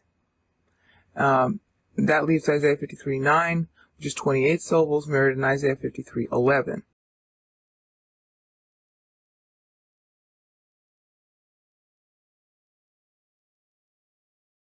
Now, the upshot of all of this, and the orange dots tell you what's changed versus the hypothesis 3. I have to rule out hypothesis 3's contention that text is missing now. When the meter matches so precisely as it does here in hypothesis 4, it means that the LXX translation must be explanatory. There's a lot to support that. The verbs that are used in the LXX are used for Hebrew verbs that are translated with varying verbs. For example, Hebrew dakah, to crush, which is in 53:5 and 53:10, is translated with many different verbs throughout the Old Testament in the Greek. So apparently 53 dakah has a poetic meaning that the LXX translators use different Greek words to show in the particular passage what meaning was highlighted. And so they're doing that in 53:10 when they translate dakah with kataritse, which is, it's valid enough. It's just that that's not usually the word that's used for. In fact, I can't find kataritse used anywhere else for dakah except there. But that doesn't mean it's not true, and of course the meaning itself is true enough. So kataritse atontis plagis really is what happened by virtue of, Yehovah chafetz dako hecheli. There really are equivalents in meaning. It's just that I wouldn't have expected that translation. The same thing is true for aphelin. Aphelin comes from afereo, and Isaiah is using a plunder concept. And afereo it is used to carry off plunder. It means to lift something, take it away, carry it off for yourself. And so to use aphelin as a translation for yitzlah isn't a bad translation. So they must be using it for that. Why they didn't translate bayado with care, I don't know. But they don't really have to convey the same meaning. The same thing would be true for plasite sunese in the LXX. Bedato yatzdik covers the same idea. And as for dexe autoi phos, I keep using modern Greek pronunciation. As for dexe autoi phos, Yireh Yizbah covers the same idea, and Isaiah, being poetic, does not need to say false. Somebody inserted it in the Isaiah scroll, and you could. He obviously knew something of the LXX, but the meaning would still be there. But when you're being poetic, you can afford to use elision. Okay, and you can afford to leave out things. Direct objects are left out in dramatic language. So dramatic Greek leaves out objects, it leaves out prepositions, especially in 53:10. It uses case endings instead of prepositions. And the same thing is true in Hebrew. And Isaiah uses that a lot. He drops objects. He just uses verbs or he just uses nouns. And you're expected to fill in the blanks. That's good drama. All right, that's what makes it drama, is that it's so pithy. So what I end up concluding now is that I've come full circle. I spent years on this trying to figure out the meter, but now I see that it's antiphonal.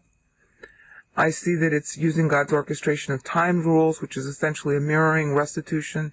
The old concept in the Mosaic Law about, you have to pay double. So God is always doubling and reimbursing, and if you read through the orchestration of time web pages that are in the sidebar, you'll see how that works in much more detail than I'm providing here. So my conclusion is now that there are no words missing in the Hebrew after all, that the LXX is using an explanatory translation in 53:10 and 11, because the meter is perfect in the Hebrew in Isaiah. After all.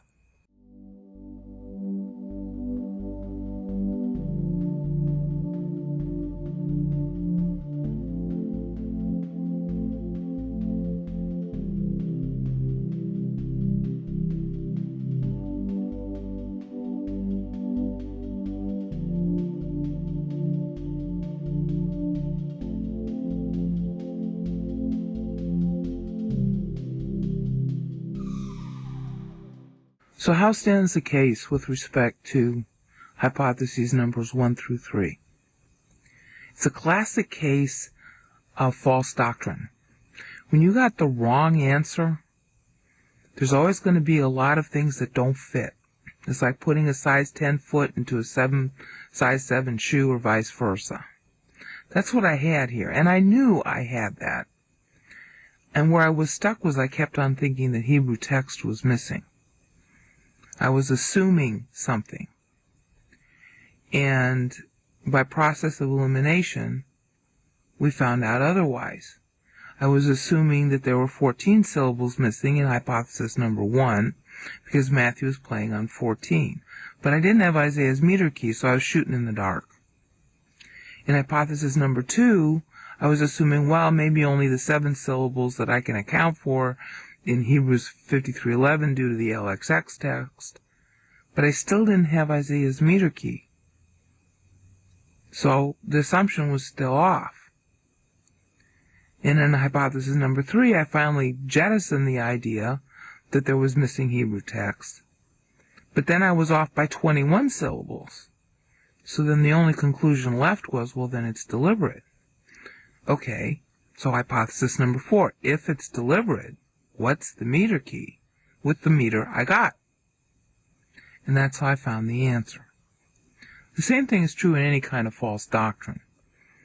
And it's just like balancing your checkbook, really. The trouble is that we humans are too fond of the beliefs we have, and we imbue them with self-worth, so that if we get rid of a belief, we think, oh, I'm a bad person. No, actually, you're only a bad person if you're stubborn. And in this case, look at all the wealth that came out of it. There's actually 28 syllables missing, not 21 or 7 or 14. And look at how they balance. Look how gorgeous it is. That's God. If we don't stand pat on our ideas and we look up and ask God, look at how He gives us the answers. So bye-bye hypotheses numbers 1 through 3.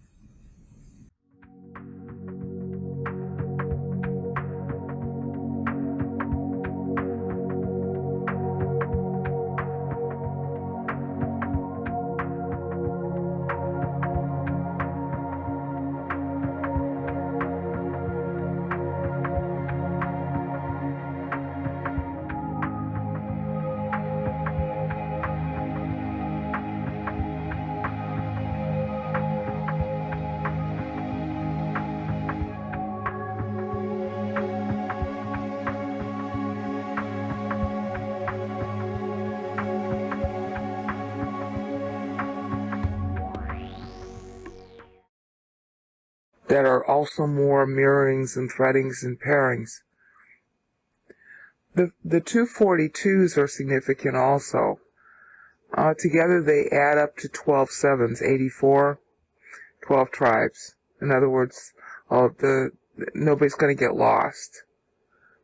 God doesn't miss a nuance, okay?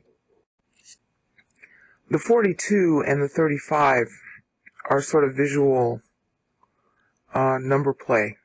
42 months, 3.5 years. Isaiah is definitely playing on the tribulation throughout because it's part of the reserve. And that really, it's not like to punish Israel so much as the 7 years is beyond the 1000th anniversary of David's death. It's really part of the times of the Gentiles. In fact, that's why it's called the times, plural, of the Gentiles, because Israel is not a client nation during those 7 years. She is owed the time, and it's all vested in Messiah now, so Isaiah is really stressing that. So part of the way he does that is 42 is a plan, 42 months, and 35 is a plan, 3.5. I have to ask myself if that's not why the terminology in Daniel is what it is that they're actually playing on Isaiah, because so much of what it ends up being in Daniel is coming from the meter of Isaiah. So, and that also explains why Daniel isn't surprised. He's upset, but he's not surprised by what he hears. And the next thing that struck me about the way Isaiah did this is that he's splitting. He splits the 35 and 35, of course, is 70, and 28 and 28 is 56. And you'll notice that the 35 is split between 52:15 and its parallel in 53:10, like bookends. And then the 28 and the 28 is sandwiched, 9 and 11, with 10 in between at 35. Why is that?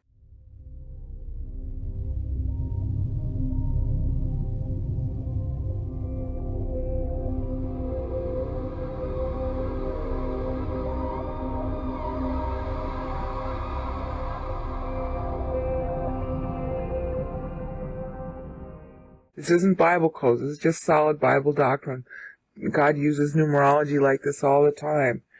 And it's always to reinforce and stress foundational doctrines. Trinity, God-man, the timeline, how salvation is done. David is used as a foundation in 1 Kings 6:1. That's why it suddenly switches to the 4th year of Solomon, but doesn't mention David. That means David had been dead for 3 years. That was very clever. David is foundational. See, the foundation of the temple can't be laid until David is dead. That was the 2 Samuel 7 promise. That kind of wit. The next part is really important about how the 28 works. There are two uses of the same 7 piece that was the hedge for whether Christ would be accepted. It was built into the 490, and we know that later from Daniel 9, but it was built in even prior because it was based on the 1000th anniversary of David's death. David's death would have, the 1000th anniversary would have carried time to 37 AD max. The second temple, well, what would become the second temple, but pretend it was still the first because back in Isaiah's day, it still was. The second 490 for the first temple would have ended in 30 AD. 950 to 460 plus another 490 carries it to 30 AD. So you had two deadlines. And the way the time rules work is the earlier of the two deadlines is the one that has to be met. Well, if Christ came and was super mature by 30 AD, then that deadline would be met, so you could go to 37 AD. But everything would have to finish, the vote would have to finish by 37 AD. Now, we, with hindsight, know how it turned out, but at the time Isaiah was writing, it was open. Now, that period from 30 to 37 AD then is a hedge. If Israel did not accept, but Christ had matured, then they would have, as Isaiah predicted, the leaders at least, I mean he's talking about the leaders but the people too, would have rejected him anyway, and he would have died, just as Isaiah was explaining. But that all would have to finish by 37 AD at the latest. If it finished earlier, then the remaining time between 30 and 37 would have to play anyway. And, of course, again, with hindsight, we know that it did play between 64 and 70 AD. So you end up having 2 tribulation periods due to the rejection. And I think that's really important to understand because there's an awful lot of confusion out there. And there was at the time, too. You can see that in the book of Hebrews. They were expecting that the temple was going to be destroyed in 70 AD. That's why the letters went out. Paul was executed in 68 AD, and Mark was with Timothy, apparently, according to the end of 2 Timothy. So Timothy was in jail, according to Hebrews 13:23. He had been released from jail in Rome. The letter from the book of Hebrews was written from Rome. That's why a lot of people mistake it for Paul, but it's not Paul's Greek. Paul liked a coarser turn of phrase, even though he was capable of speaking elegantly. Definitely a disciple of Paul, but we don't know who it was. It's not Mark, because Mark's gospel reads very differently. But Mark had been there. So both Mark and Hebrews came out about 68 AD after Paul's death. It was reasonable to expect that because there's a 40-year warning period. And so the first 7, because of the early rejection of Christ, played out between 64 and 70 AD, or if you want to call it, you could say 66 to 73, but it still played. That left the reserved 7 from Daniel 9, because remember, it was never even part of the 490. It was taken out. So Isaiah is deducting twice, in a sense, because, well, with hindsight, we know he's deducting twice because it was going to be used. So you have to add it back, because the 21 years that they were rebuilding the temple, plus the extra 7 in reserve for if they rejected, would be used up. See, on the left-hand side of the ledger, his deduction, you got the 14 years, because God was going to have to grant an extra 14 years in order for there to be enough time to rebuild. And it took 21 years, not 14, to do that. So you got an extra 7 there that's offsetting the 7. So it sounds like it's a double accounting, but it's really double entry accounting. And that's why it works. It got used up on the right-hand side of the ledger, the 21 years to rebuild the temple and the 7 years to destroy it. So notice how all these pieces are related to the temple, because Christ is the temple that the temple depicted.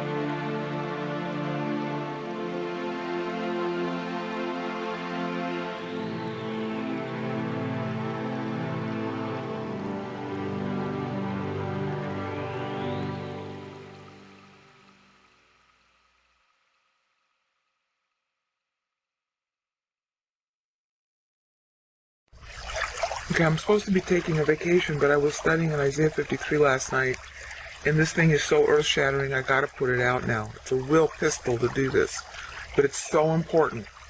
Okay, on the left-hand side, what you're seeing is part of the video I did on Hypotheses 4, and the link will be in the sidebar of the description, so that you can see that movie again. It's really important. This is a major rhetorical style of the Old Testament. It is not Bible codes. When they do verses that have prophetical content, it's not going to just be only Isaiah. When they do verses that have prophetical content, they actually meter the verses to tell you the number of years from the time that they're writing to the time that the thing that they're prophesying is going to occur.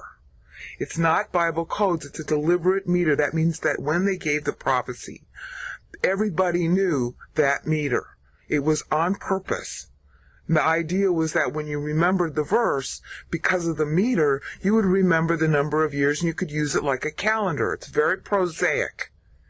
And this has been lost to Judaism. It's been lost to Christianity. We need to do some study on this. Somebody should do his doctoral dissertation on this. Okay, maybe somebody at Hebrew University or something. This is really important. So I'm going to walk you through this in Isaiah. There's going to be other examples in Ezekiel and Jeremiah, etc. But I don't have time to make that stuff. Somebody just go look for this, okay? Now let me show you how it works in Isaiah so you know how to spot it elsewhere. All right. In the left-hand side of the screen, you've got Isaiah 52:13 through 15 in Hebrew. I've parsed it according to the syllables. You have to know their syllabification, where they elide a vowel or something, or where they draw it out in order to get the meter. And as you can see, in Isaiah 52:13 through 14, it's 42 syllables. Through 15, it's 77 syllables. Matthew plays on the 42 syllables, as I said in earlier videos, plays on the 42 syllables when he crafts his 14s in the Matthew 1 genealogy. Luke plays on the 77 syllables by counting to the 77th son in his Luke 3 genealogy. I covered that in prior videos. I got to move on real quickly here. Okay. When Isaiah writes Isaiah 53:1, which you see there in the left-hand panel, all right, he is writing it 126 years before the temple is going to fall. And in the right-hand side of the screen, you see the temple's dedication date of 950 BC, and it falls in 586 BC. This is really important. So Isaiah is writing Micheini Nishmotenu, which is Isaiah 53:1 in Hebrew. He's writing that 126 years before the temple's going to fall, which means he's writing it in 712 BC. And you know that because the number of syllables beginning at Isaiah 53:1, which I showed in earlier videos, ends with 126 syllables at Isaiah 53:4. All right, you see where the 203 is there on the left-hand panel in red? Just before the 5. The blue 5 is for verse 5. So at the end of Isaiah 53:4, he has completed 126 syllables. Why? Because he's talking about his report. Micheinin lishmotenu. Okay, you know that verse. All right? So it's 126 syllables by the end of verse 4. Now, it's also, at that point, 126 years before the temple falls. The temple falls in 586 BC. Right-hand side now highlighted with the cursor. All right? That date is 126 years prior to the date it should have lasted, which is in row 145 of the worksheet that I'm showing now, in the right-hand side. All right? So he's paralleling the date he gives his report in Isaiah 53:1 through verse 4 with the 126 years the temple will have left to run, but it gets raised, beginning in Isaiah 53:5, which is Wahu mecholal mepshenu. Okay? Meduka mawonotenu. You can read it on the screen on the left. Musar shlumoeno alaya. I can never say that word right. Ubahavorato nirpelanu. All right, that's verse 5 in Hebrew. All right, that verse begins another 126 syllables that ends at the end of, let me pull it up here, at the end of verse 8. You see where the 329 is in the lower right-hand corner, lower left-hand corner of the screen? That's 126 syllables from Isaiah 53:5 to end of Isaiah 53:8. So he's paralleling, he's making the same number of syllables because he's telling you, okay, hi, I'm talking to you now. The temple's got 126 years it's going to last from the time I start talking to you. And at the time it finishes, it's going to have 126 years left on its promised 490 years. So he's telling you it's going to stop 126 years short. He's telling you the exact same information that God's going to use in Daniel 9. So God is talking back. When God talks to Daniel in Daniel 9, he's using the Isaiah prophecy to show how he's going to craft a new 490. Because Isaiah's going to tell you the same thing. All right? Because now we get to... I covered this in the Hypothesis 4 video. Okay, now we're going to get to the last part of Isaiah 53. And from Isaiah 53:8, where it ends here, is 329 syllables. Because remember, Isaiah's debiting by the end of Isaiah 53 where the Samex marker is, just before Isaiah 54:1. That's 462 syllables. He's debiting 28 to allow 21 years for the rebuilding of the temple, and 7 years to allow for the hedge to reject Messiah. He's using the same timeline as God is going to use. In fact, God's quoting Isaiah's meter in Daniel 9. He's quoting it. All right? Because it takes 21 years to build the temple, and Isaiah knows that in advance. And there's the 7-year hedge on rejecting Messiah that's built in, because remember, David died in 963 BC. So it was known then that the outer limit of time was 1,000 years from that deadline. So Isaiah is here taking his meter and balancing to the death. He's saying, hi, in Isaiah 53:1, I'm writing you 126 years before the temple's going to fall. That takes you through the meter of Isaiah 53:4. And then from Isaiah 53:5 through 8, there's another 126 syllables, which is telling you, hi, the temple stops 126 years short of its 490 promise because of Israel's apostasy. All right? So it should have gone to 460 BC, but it stops in 586 BC. All right, and then after that, this is the killer. After that, he's actually giving you the chronology of when the temple will be rebuilt. Because in verse 10, you have 28 syllables. Verse 9, let me scroll it up. In verse 9, from between verse 9 and verse 10, you have 28 syllables. From verse 10 to verse 11, you have 35 syllables. That's a sum of 63. Okay, from 586 BC until the rebuilding in 516 is 63 years. Well, it's 70 years in 516, but the actual rebuilding starts here in 537. All right, but then there's a hiatus, and the uninterrupted temple construction starts in 521. And ends in 516. That's 7 years. It begins early here, and it ends in Adar, as you can see on the screen. Adar is the end of the Jewish year. So it's 7 years. All right, 7 years from 70 is 63. So that's Isaiah 53:9 plus Isaiah 53:10 is 63 years. All right, and then... this is such a killer. The rebuilding of Jerusalem, its deadline is 70 years later. That's illustrated in Isaiah by Isaiah 53:11, which is 28 syllables, and Isaiah 53:12, which is 42 syllables. 42 and 28 equals 70. And that's depicting the time limit that's going to be allotted for the rebuilding of Jerusalem. And he's also making a play on the fact that it's taking place during the believer voting window, which is the 70 years between 466 and 396 BC. Because God's constructing time in 490 plus 70 for voting, plus another 490 then begins if the voting is positive. Well, the voting is going to end up being positive. Isaiah's forecasting that when he makes the syllables. Now, that means it's a rhetorical style in the Old Testament. Because you don't do a rhetorical style like this to be hidden. There's nothing hidden in the Bible. The Bible codes people are nuts. Okay? God does a rhetorical style to be obvious so that you will remember it. He's constantly trying to remind you by every rhetorical style possible. In this case, the meter is telling you the number of years so that you can count it like a calendar. I mean, all of the priestly courses were prophetical. They were telling you in this month, this thing is going to happen in the future. That's why David designed them the way he did.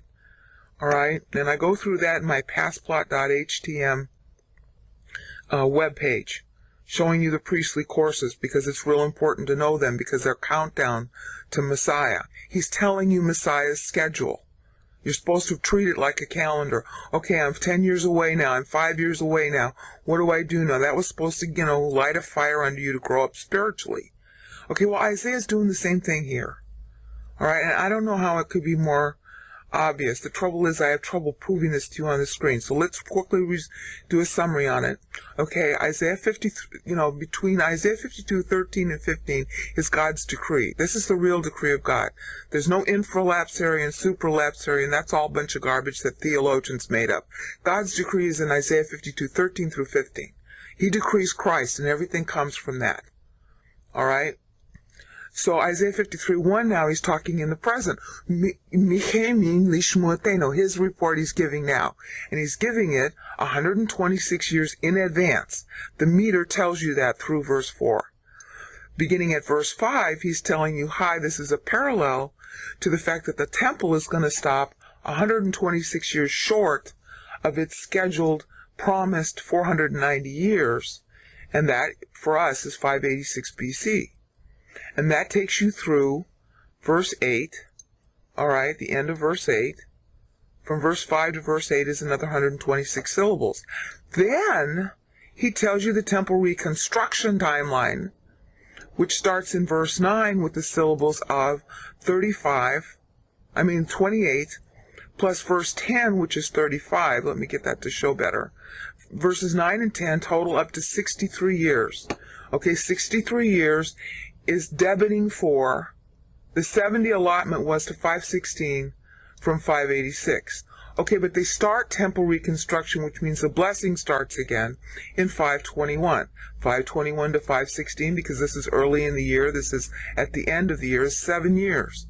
So Isaiah is debiting the 7 years from the 70 years when he does 9 through 10. So you know when temple construction will start.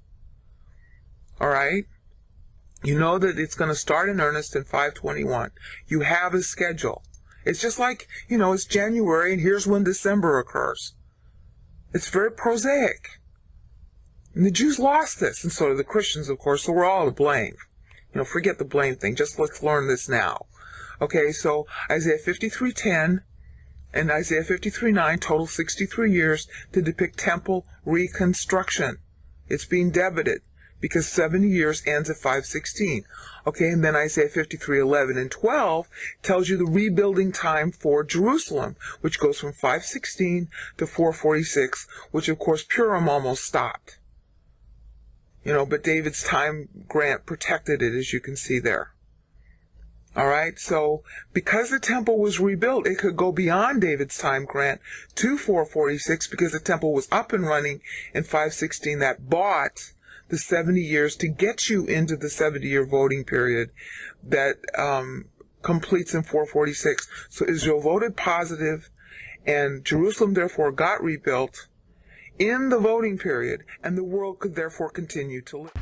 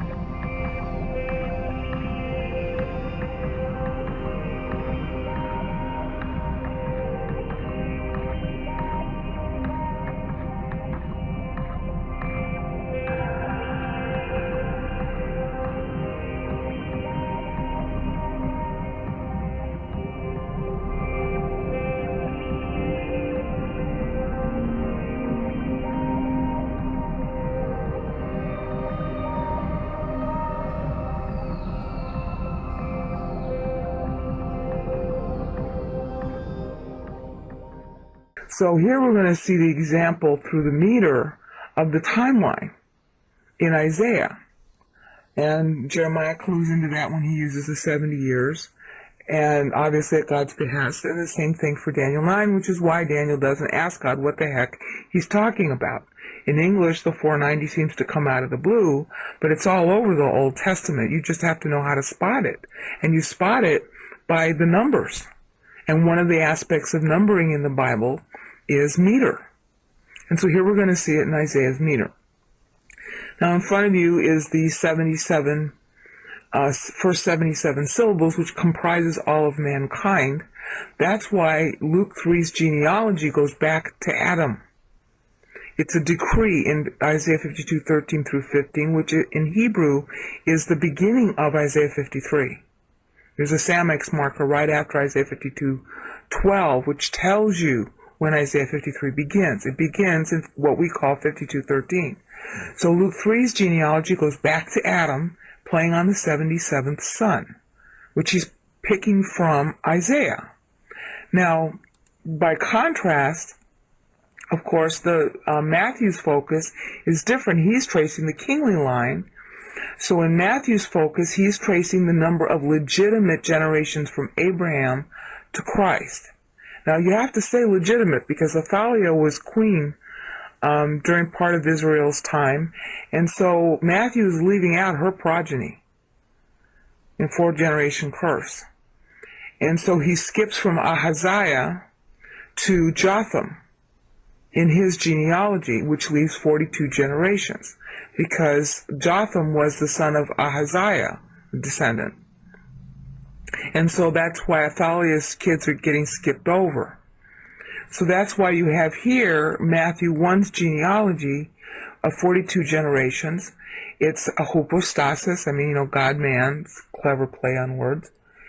And Matthew picks up on this in Matthew 1's genealogy.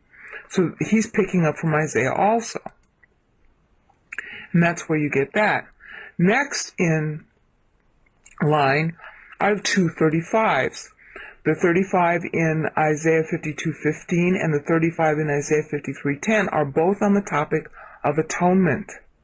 Now, in the Hebrew, there's a play on words between being shocked and being atoned. They have the same sound, basically. And so Isaiah is playing on that, and he's making a parallel. Again, it's a God-man parallel, because hypostasis is what this is about. So you have 35 syllables there in both places, because Isaiah 53:10 is on the actual contract to make sons by atoning for them. Now, it also happens that in 606 BC, which is 3,500 years exactly from the year of Adam's fall, and that year, Nebuchadnezzar makes his first attack on Israel and takes away hostages. So the subjugation of Israel begins in 606 BC, the 3,500th year from Adam. And you'll see all this in the worksheet. So that's what the 35s represent. Okay, there's another calendar inside this calendar of Isaiah 53's meter. I'm so shocked about it, I don't even know what to say. So I'm just going to outline it. It's not going to be fancy like the other video. On the left, again, you see Isaiah 53. And on the right, again, you see the timeline, this time focusing on the time from David is crowned until the first temple is destroyed. It's a little bit smaller, so you better be watching this full screen in the original movie download. Okay, I'm going to show you, I'm just going to show it to you because I don't know what else to say. This is Isaiah 53, and I'm only showing a certain part of it right now. This covers Isaiah 53:1 and 2 all the way down. That's 56 syllables. Now that 56 syllables is mirrored, I wish it wouldn't have disappeared. You saw it, it's 53:1 and 2. That 56 syllables is mirrored from 712 BC when Isaiah starts to give it, during the reign of Hezekiah right here. Okay, on the right-hand side, wrote 122 of the worksheet. down to what is probably the time that Manasseh was taken by the king of Assyria. Because 56 years would take you to 656 BC. Ashurbanipal was doing his campaigns during that time, and I couldn't find actual proof of it on the internet, but maybe I just didn't look far enough. But Manasseh was taken away by Ashurbanipal. He was restored to power because he prayed to God, despite the fact that he was, he was probably the worst king of Judah. And he was restored to power, and then it looks like he had another 15 years until he died, which is kind of interesting because Hezekiah also had the same sort of life story. He went south in his spiritual life about 15 years, and he was going to die, and then he prayed, and God restored him for 15 years. Hezekiah was a good king, however. Manasseh really wasn't. But in both cases, if they prayed to God, they got restored. Now that 56 years is reflected here in Isaiah. If we start the count here at, the mouse doesn't work well when I'm recording. If we start the count at 53:1 as 712 BC, 56 years later is 656 BC. So what this ends up being is an actual total calendar in chronological order, more than I thought it was in prior videos. Okay, now let's go about proving that. All right, the next step would be here, what we had established was that there was 70 years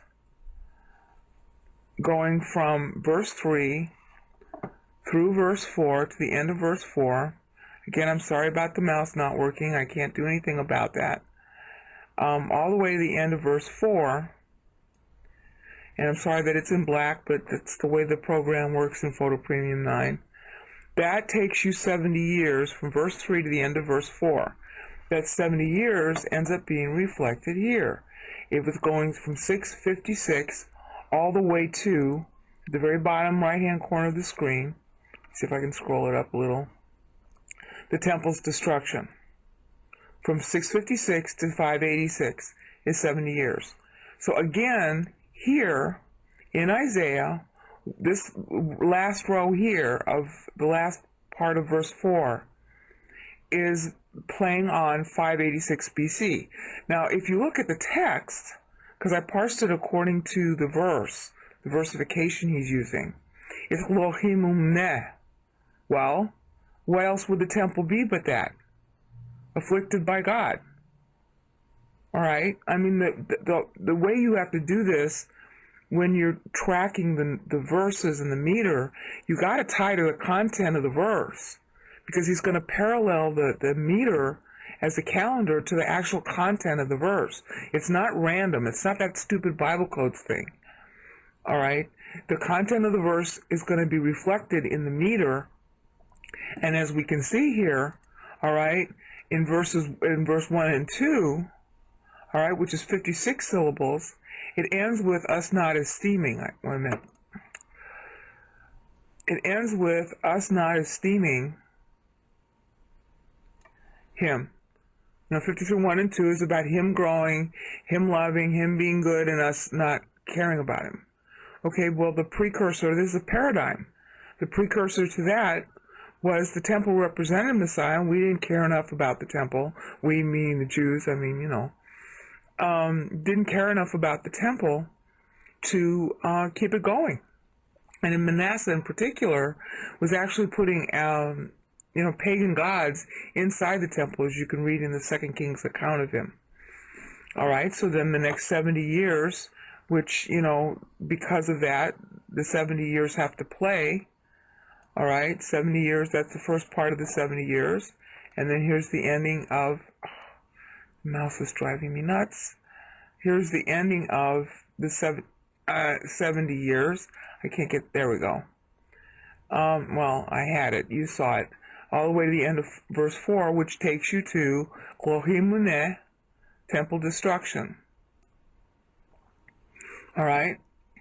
So now this row right here that's outlined sort of in dark gray is 586 BC, which corresponds to this dark gray when civilization was threatened because the temple was down. The temple kept the world going. That's the doctrine the Bible is telling us. That, I can understand why, the Jews didn't pass it on to their kids, because it's a pretty scary doctrine. It could get them in trouble if they're living in a foreign country. Now, but the Bible isn't so shy politically, and the numbers work. You can test them. All right, so at that point it's 586. Now the chronology continues right in order. So we got verses 5 and 6 are also 56 syllables. And they're starting at 586 BC, which we just saw. 586 BC minus 56 takes you to 530 BC. In 530 BC, I don't show it on the calendar here, but you can check it out on the internet. Cyrus dies that year. Now remember, Isaiah is the first guy to talk about Cyrus. Alright? Cyrus dies that year. He's also, just like Israel will be in diaspora here, alright, she's going to be in diaspora at this point, 56 years after the temple's destroyed. She's in diaspora. Okay, well, 56 years afterwards is 530 BC. Cyrus, of course, has got control of Israel at that time. Cyrus himself dies while on campaign. He's outside of his own country too. I'm just relating this. There are just too many things that you can't call this coincidence. All right. Verses 7 and 8, as was said in all the other videos, and being repeated here, is that 70 syllables more, verses 7 and 8. Okay, the content tied to the 56 years was Mechul Mecholal Mepshenu, alright, coming all the way down with Yehuah Hifkibot Awon Kulanu. Alright, yeah, the temple is struck for our sins. Alright, the guy Cyrus, who was the guy who wanted the rebuilding of the temple, was struck. So now the temple still isn't being rebuilt. Okay, 7 and 8, this is the 70 years, another 70 years ensues. But now we're getting into the period when the temple gets rebuilt. Verses 7 and 8 take you from 530 BC all the way down to, and you've got to look on the right-hand side of the screen again now, from 530 BC, which again, I don't show Cyrus's death on here. I show Cyrus decreeing it, but God had decreed it prior. But he dies, 530 while the temple was still under construction, during the hiatus there. All right, but from 530, pretend that was 530 in the right-hand corner, down to 460 is when the temple would have gotten its new 490. That is covered. So you're looking at, by the time you get to the end of verse 8 here, it's just going very slowly because the cursor doesn't work well. By the time you get to the end of verse 8 here, okay, the text is saying, Nipishami neglamo, alright, the temple's time is up, even if it had never been raised. That's 460 BC at that point. Alright, and here it is on the calendar so you can see it. That's the end of the first temple's 490 had it never been destroyed. But of course it is destroyed. And then by this time, 460 BC, it's also been rebuilt, because it was rebuilt in 516. But it's 460 BC when it would have had to get a new 490. Keep that in mind. Okay, so now we're going to move into verses 9 through 12. I need to kill myself, I think. The chronology continues in order. It's not that the other things I've said about this meter are not untrue. It's that they're layered. They're layered on top of each other. So, verse 9, 28 years. I really do have to kill myself. Verse 9 is 28 years. Okay? And what's 28 years from 460? So what was the 28 years? If that verse 9 represents? Watch. 432. It's really hard to see that. Let me push it over a little more. See, if you look in row 148 of the worksheet, Malachi was written in 430. I'm saying 433 because I got that from outside sources. So 432 would be the year, if you count it from 460, when using Isaiah's meter, it would be 432. Not too bad for the scholars. They're pretty close. Okay? Now, I'm going to get to the climax in a minute. This is going to kill you. Okay, next we got 35 syllables that takes us from 432 to 397. Last book of the canon given, and then 397. Because that's approximately Malachi's ministry. Alright, that ties, here's the kicker, that ties to the 49 years in Daniel. The 62 weeks don't begin until the 49 years is up. Remember that there are 3 pieces left over from the first temple dying too short. A 70 piece, a 49 piece, and a 7-year piece. The 7-year piece God reserves. He plays the 70 and he plays the 49. That takes you to 397 BC. Now, Isaiah's writing this in 712 BC. So Daniel's getting it from God, and God is using Jeremiah's meter to remind Daniel. And he's not just reminding Daniel of all those things that were in the prior videos that I did. He's also doing a year-for-year chronology. Because this, in verse 10, is 35 syllables, which takes you from 432 BC, okay, which is when Malachi came out, to 397, which is the period of his ministry, from what I can tell, on the internet. Alright? Which means that the dates that we got on the internet are accurate, within 6 months. And that takes you to the end of the voting period, which is 396 BC. So the vote is in, the canon is done, the world can go on living. Meanwhile, Moses' personal 1,000 protecting had ended in 440 BC, and of course David's 1,000 is still running, but all of his 490s have run out. The only 490 that's operating is that from the temple. That's the only reason the world can continue. But Israel voted. So not only do you have the 70 years, I have to get into that yet. So here we are, let me backtrack here. Here we are at verse 10, and it's 397 BC by the time, get this content tie. Oh, golly. Wachafetz Yahweh bayado yitzla. Yeah, bayado, his hand. Okay, to succeed, to prosper. What did he prosper? He finished the OT canon, finished the temple, finished Jerusalem by 397 when the 49-year piece in Daniel 9 runs out. I'm just saying it. This is so shocking. Okay, so let's go on. All right, so now we have verses 11 and 12, which thematically depict resurrection. All right, payment and resurrection. Okay, resurrection is a kind of birth. Of course, now here we're talking about the countdown to the birth of Messiah. The temple has to be resurrected in order for Messiah to be born. Are you getting the concept play here? This is just totally shocking. Okay, 11 and 12, what do they comprise? 11 is 28 syllables, and 12 is 42 syllables. Okay, so from 397 onward, you're looking at the, that's when these 62 weeks begins to play in the Daniel 9 prophecy. But the 62 weeks is the sum of, and this is sort of off Isaiah's balance sheet, but yet is reflected.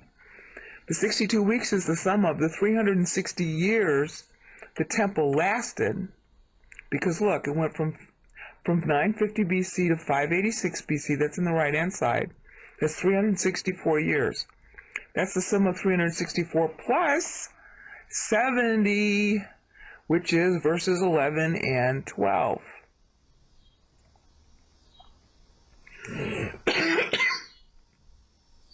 So, what would the 28 years of verse 11 represent? because you have to call it's 28 syllables. That represents 28 years. What would that be? Well, the reference point that we're talking about now has skipped. We're no longer talking a straight line from 397 because we got the 364 years reimbursement to the temple. So from 397, 364 years later, is 33 BC. So Isaiah is picking it up at 33 BC because that's an automatic reimbursement because the temple got rebuilt 364 years later. So now the 70 is always tacked on. So now it gets tacked on here, and 28 years after the 364 years. 364 years is going to take you to 33 BC. 33 BC minus 28 is 5 BC. That's when Elizabeth gets pregnant. That's when, at the very end of 5 BC in Jewish terms, because Adar is the last month of the year, that's when Mary gets pregnant. And you see that, except scholars misread it, in Luke 126 and 136, where the angel is making wordplay. I covered that in Past Plot HTM. The official style for the official 6th month of a calendar uses double definite articles. You can see that in Chronicles and Kings. The angel is using double definite articles when he talks to Mary. And then he shows that he's making a play on the fact that it's also the 6th month of Elizabeth's pregnancy in that same verse. Whereas back in Luke 126, they only use one article to show that it's Elizabeth's pregnancy. One article or no article. See, when it's relative, you don't use the article. When it's absolute, you use double articles. And so the angel is talking about the 6th month of the Jewish calendar, which would be Adar on the civil calendar. All right? So 5 BC, at the very end of it, Mary gets pregnant. It's pretty important, huh? And what do we have after that? We have 42 in verse 12. Okay, so what's 42 years? What's 42 years after 5 BC? 37 AD. The outer limit of time due to the 1000th anniversary of David's death, which you'll see back up here. Go back to David. All right. David dies when he's 77. That's another thing scholars miss. Okay? He dies when he's 77. That means he dies in 963 BC. 963 BC plus the 1,000-year time grant takes us to 4 BC when Christ is born, and to 37 AD. Let me show you. 37 AD when David's time grant runs out. But Christ is rejected 7 years early. That's the hedge. All right, the outer time limit was 37 even if Christ was accepted, but he wasn't. All right, so Isaiah is taking that into account right here in verse 12. 42 years after Mary gets pregnant is the end of time. The end of allotted time. Because remember, you have to allow for the fact that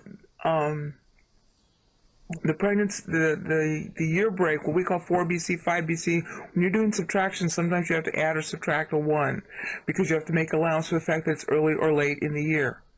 All right, and Isaiah is actually doing that. He's making allowance for when in the year a thing occurs.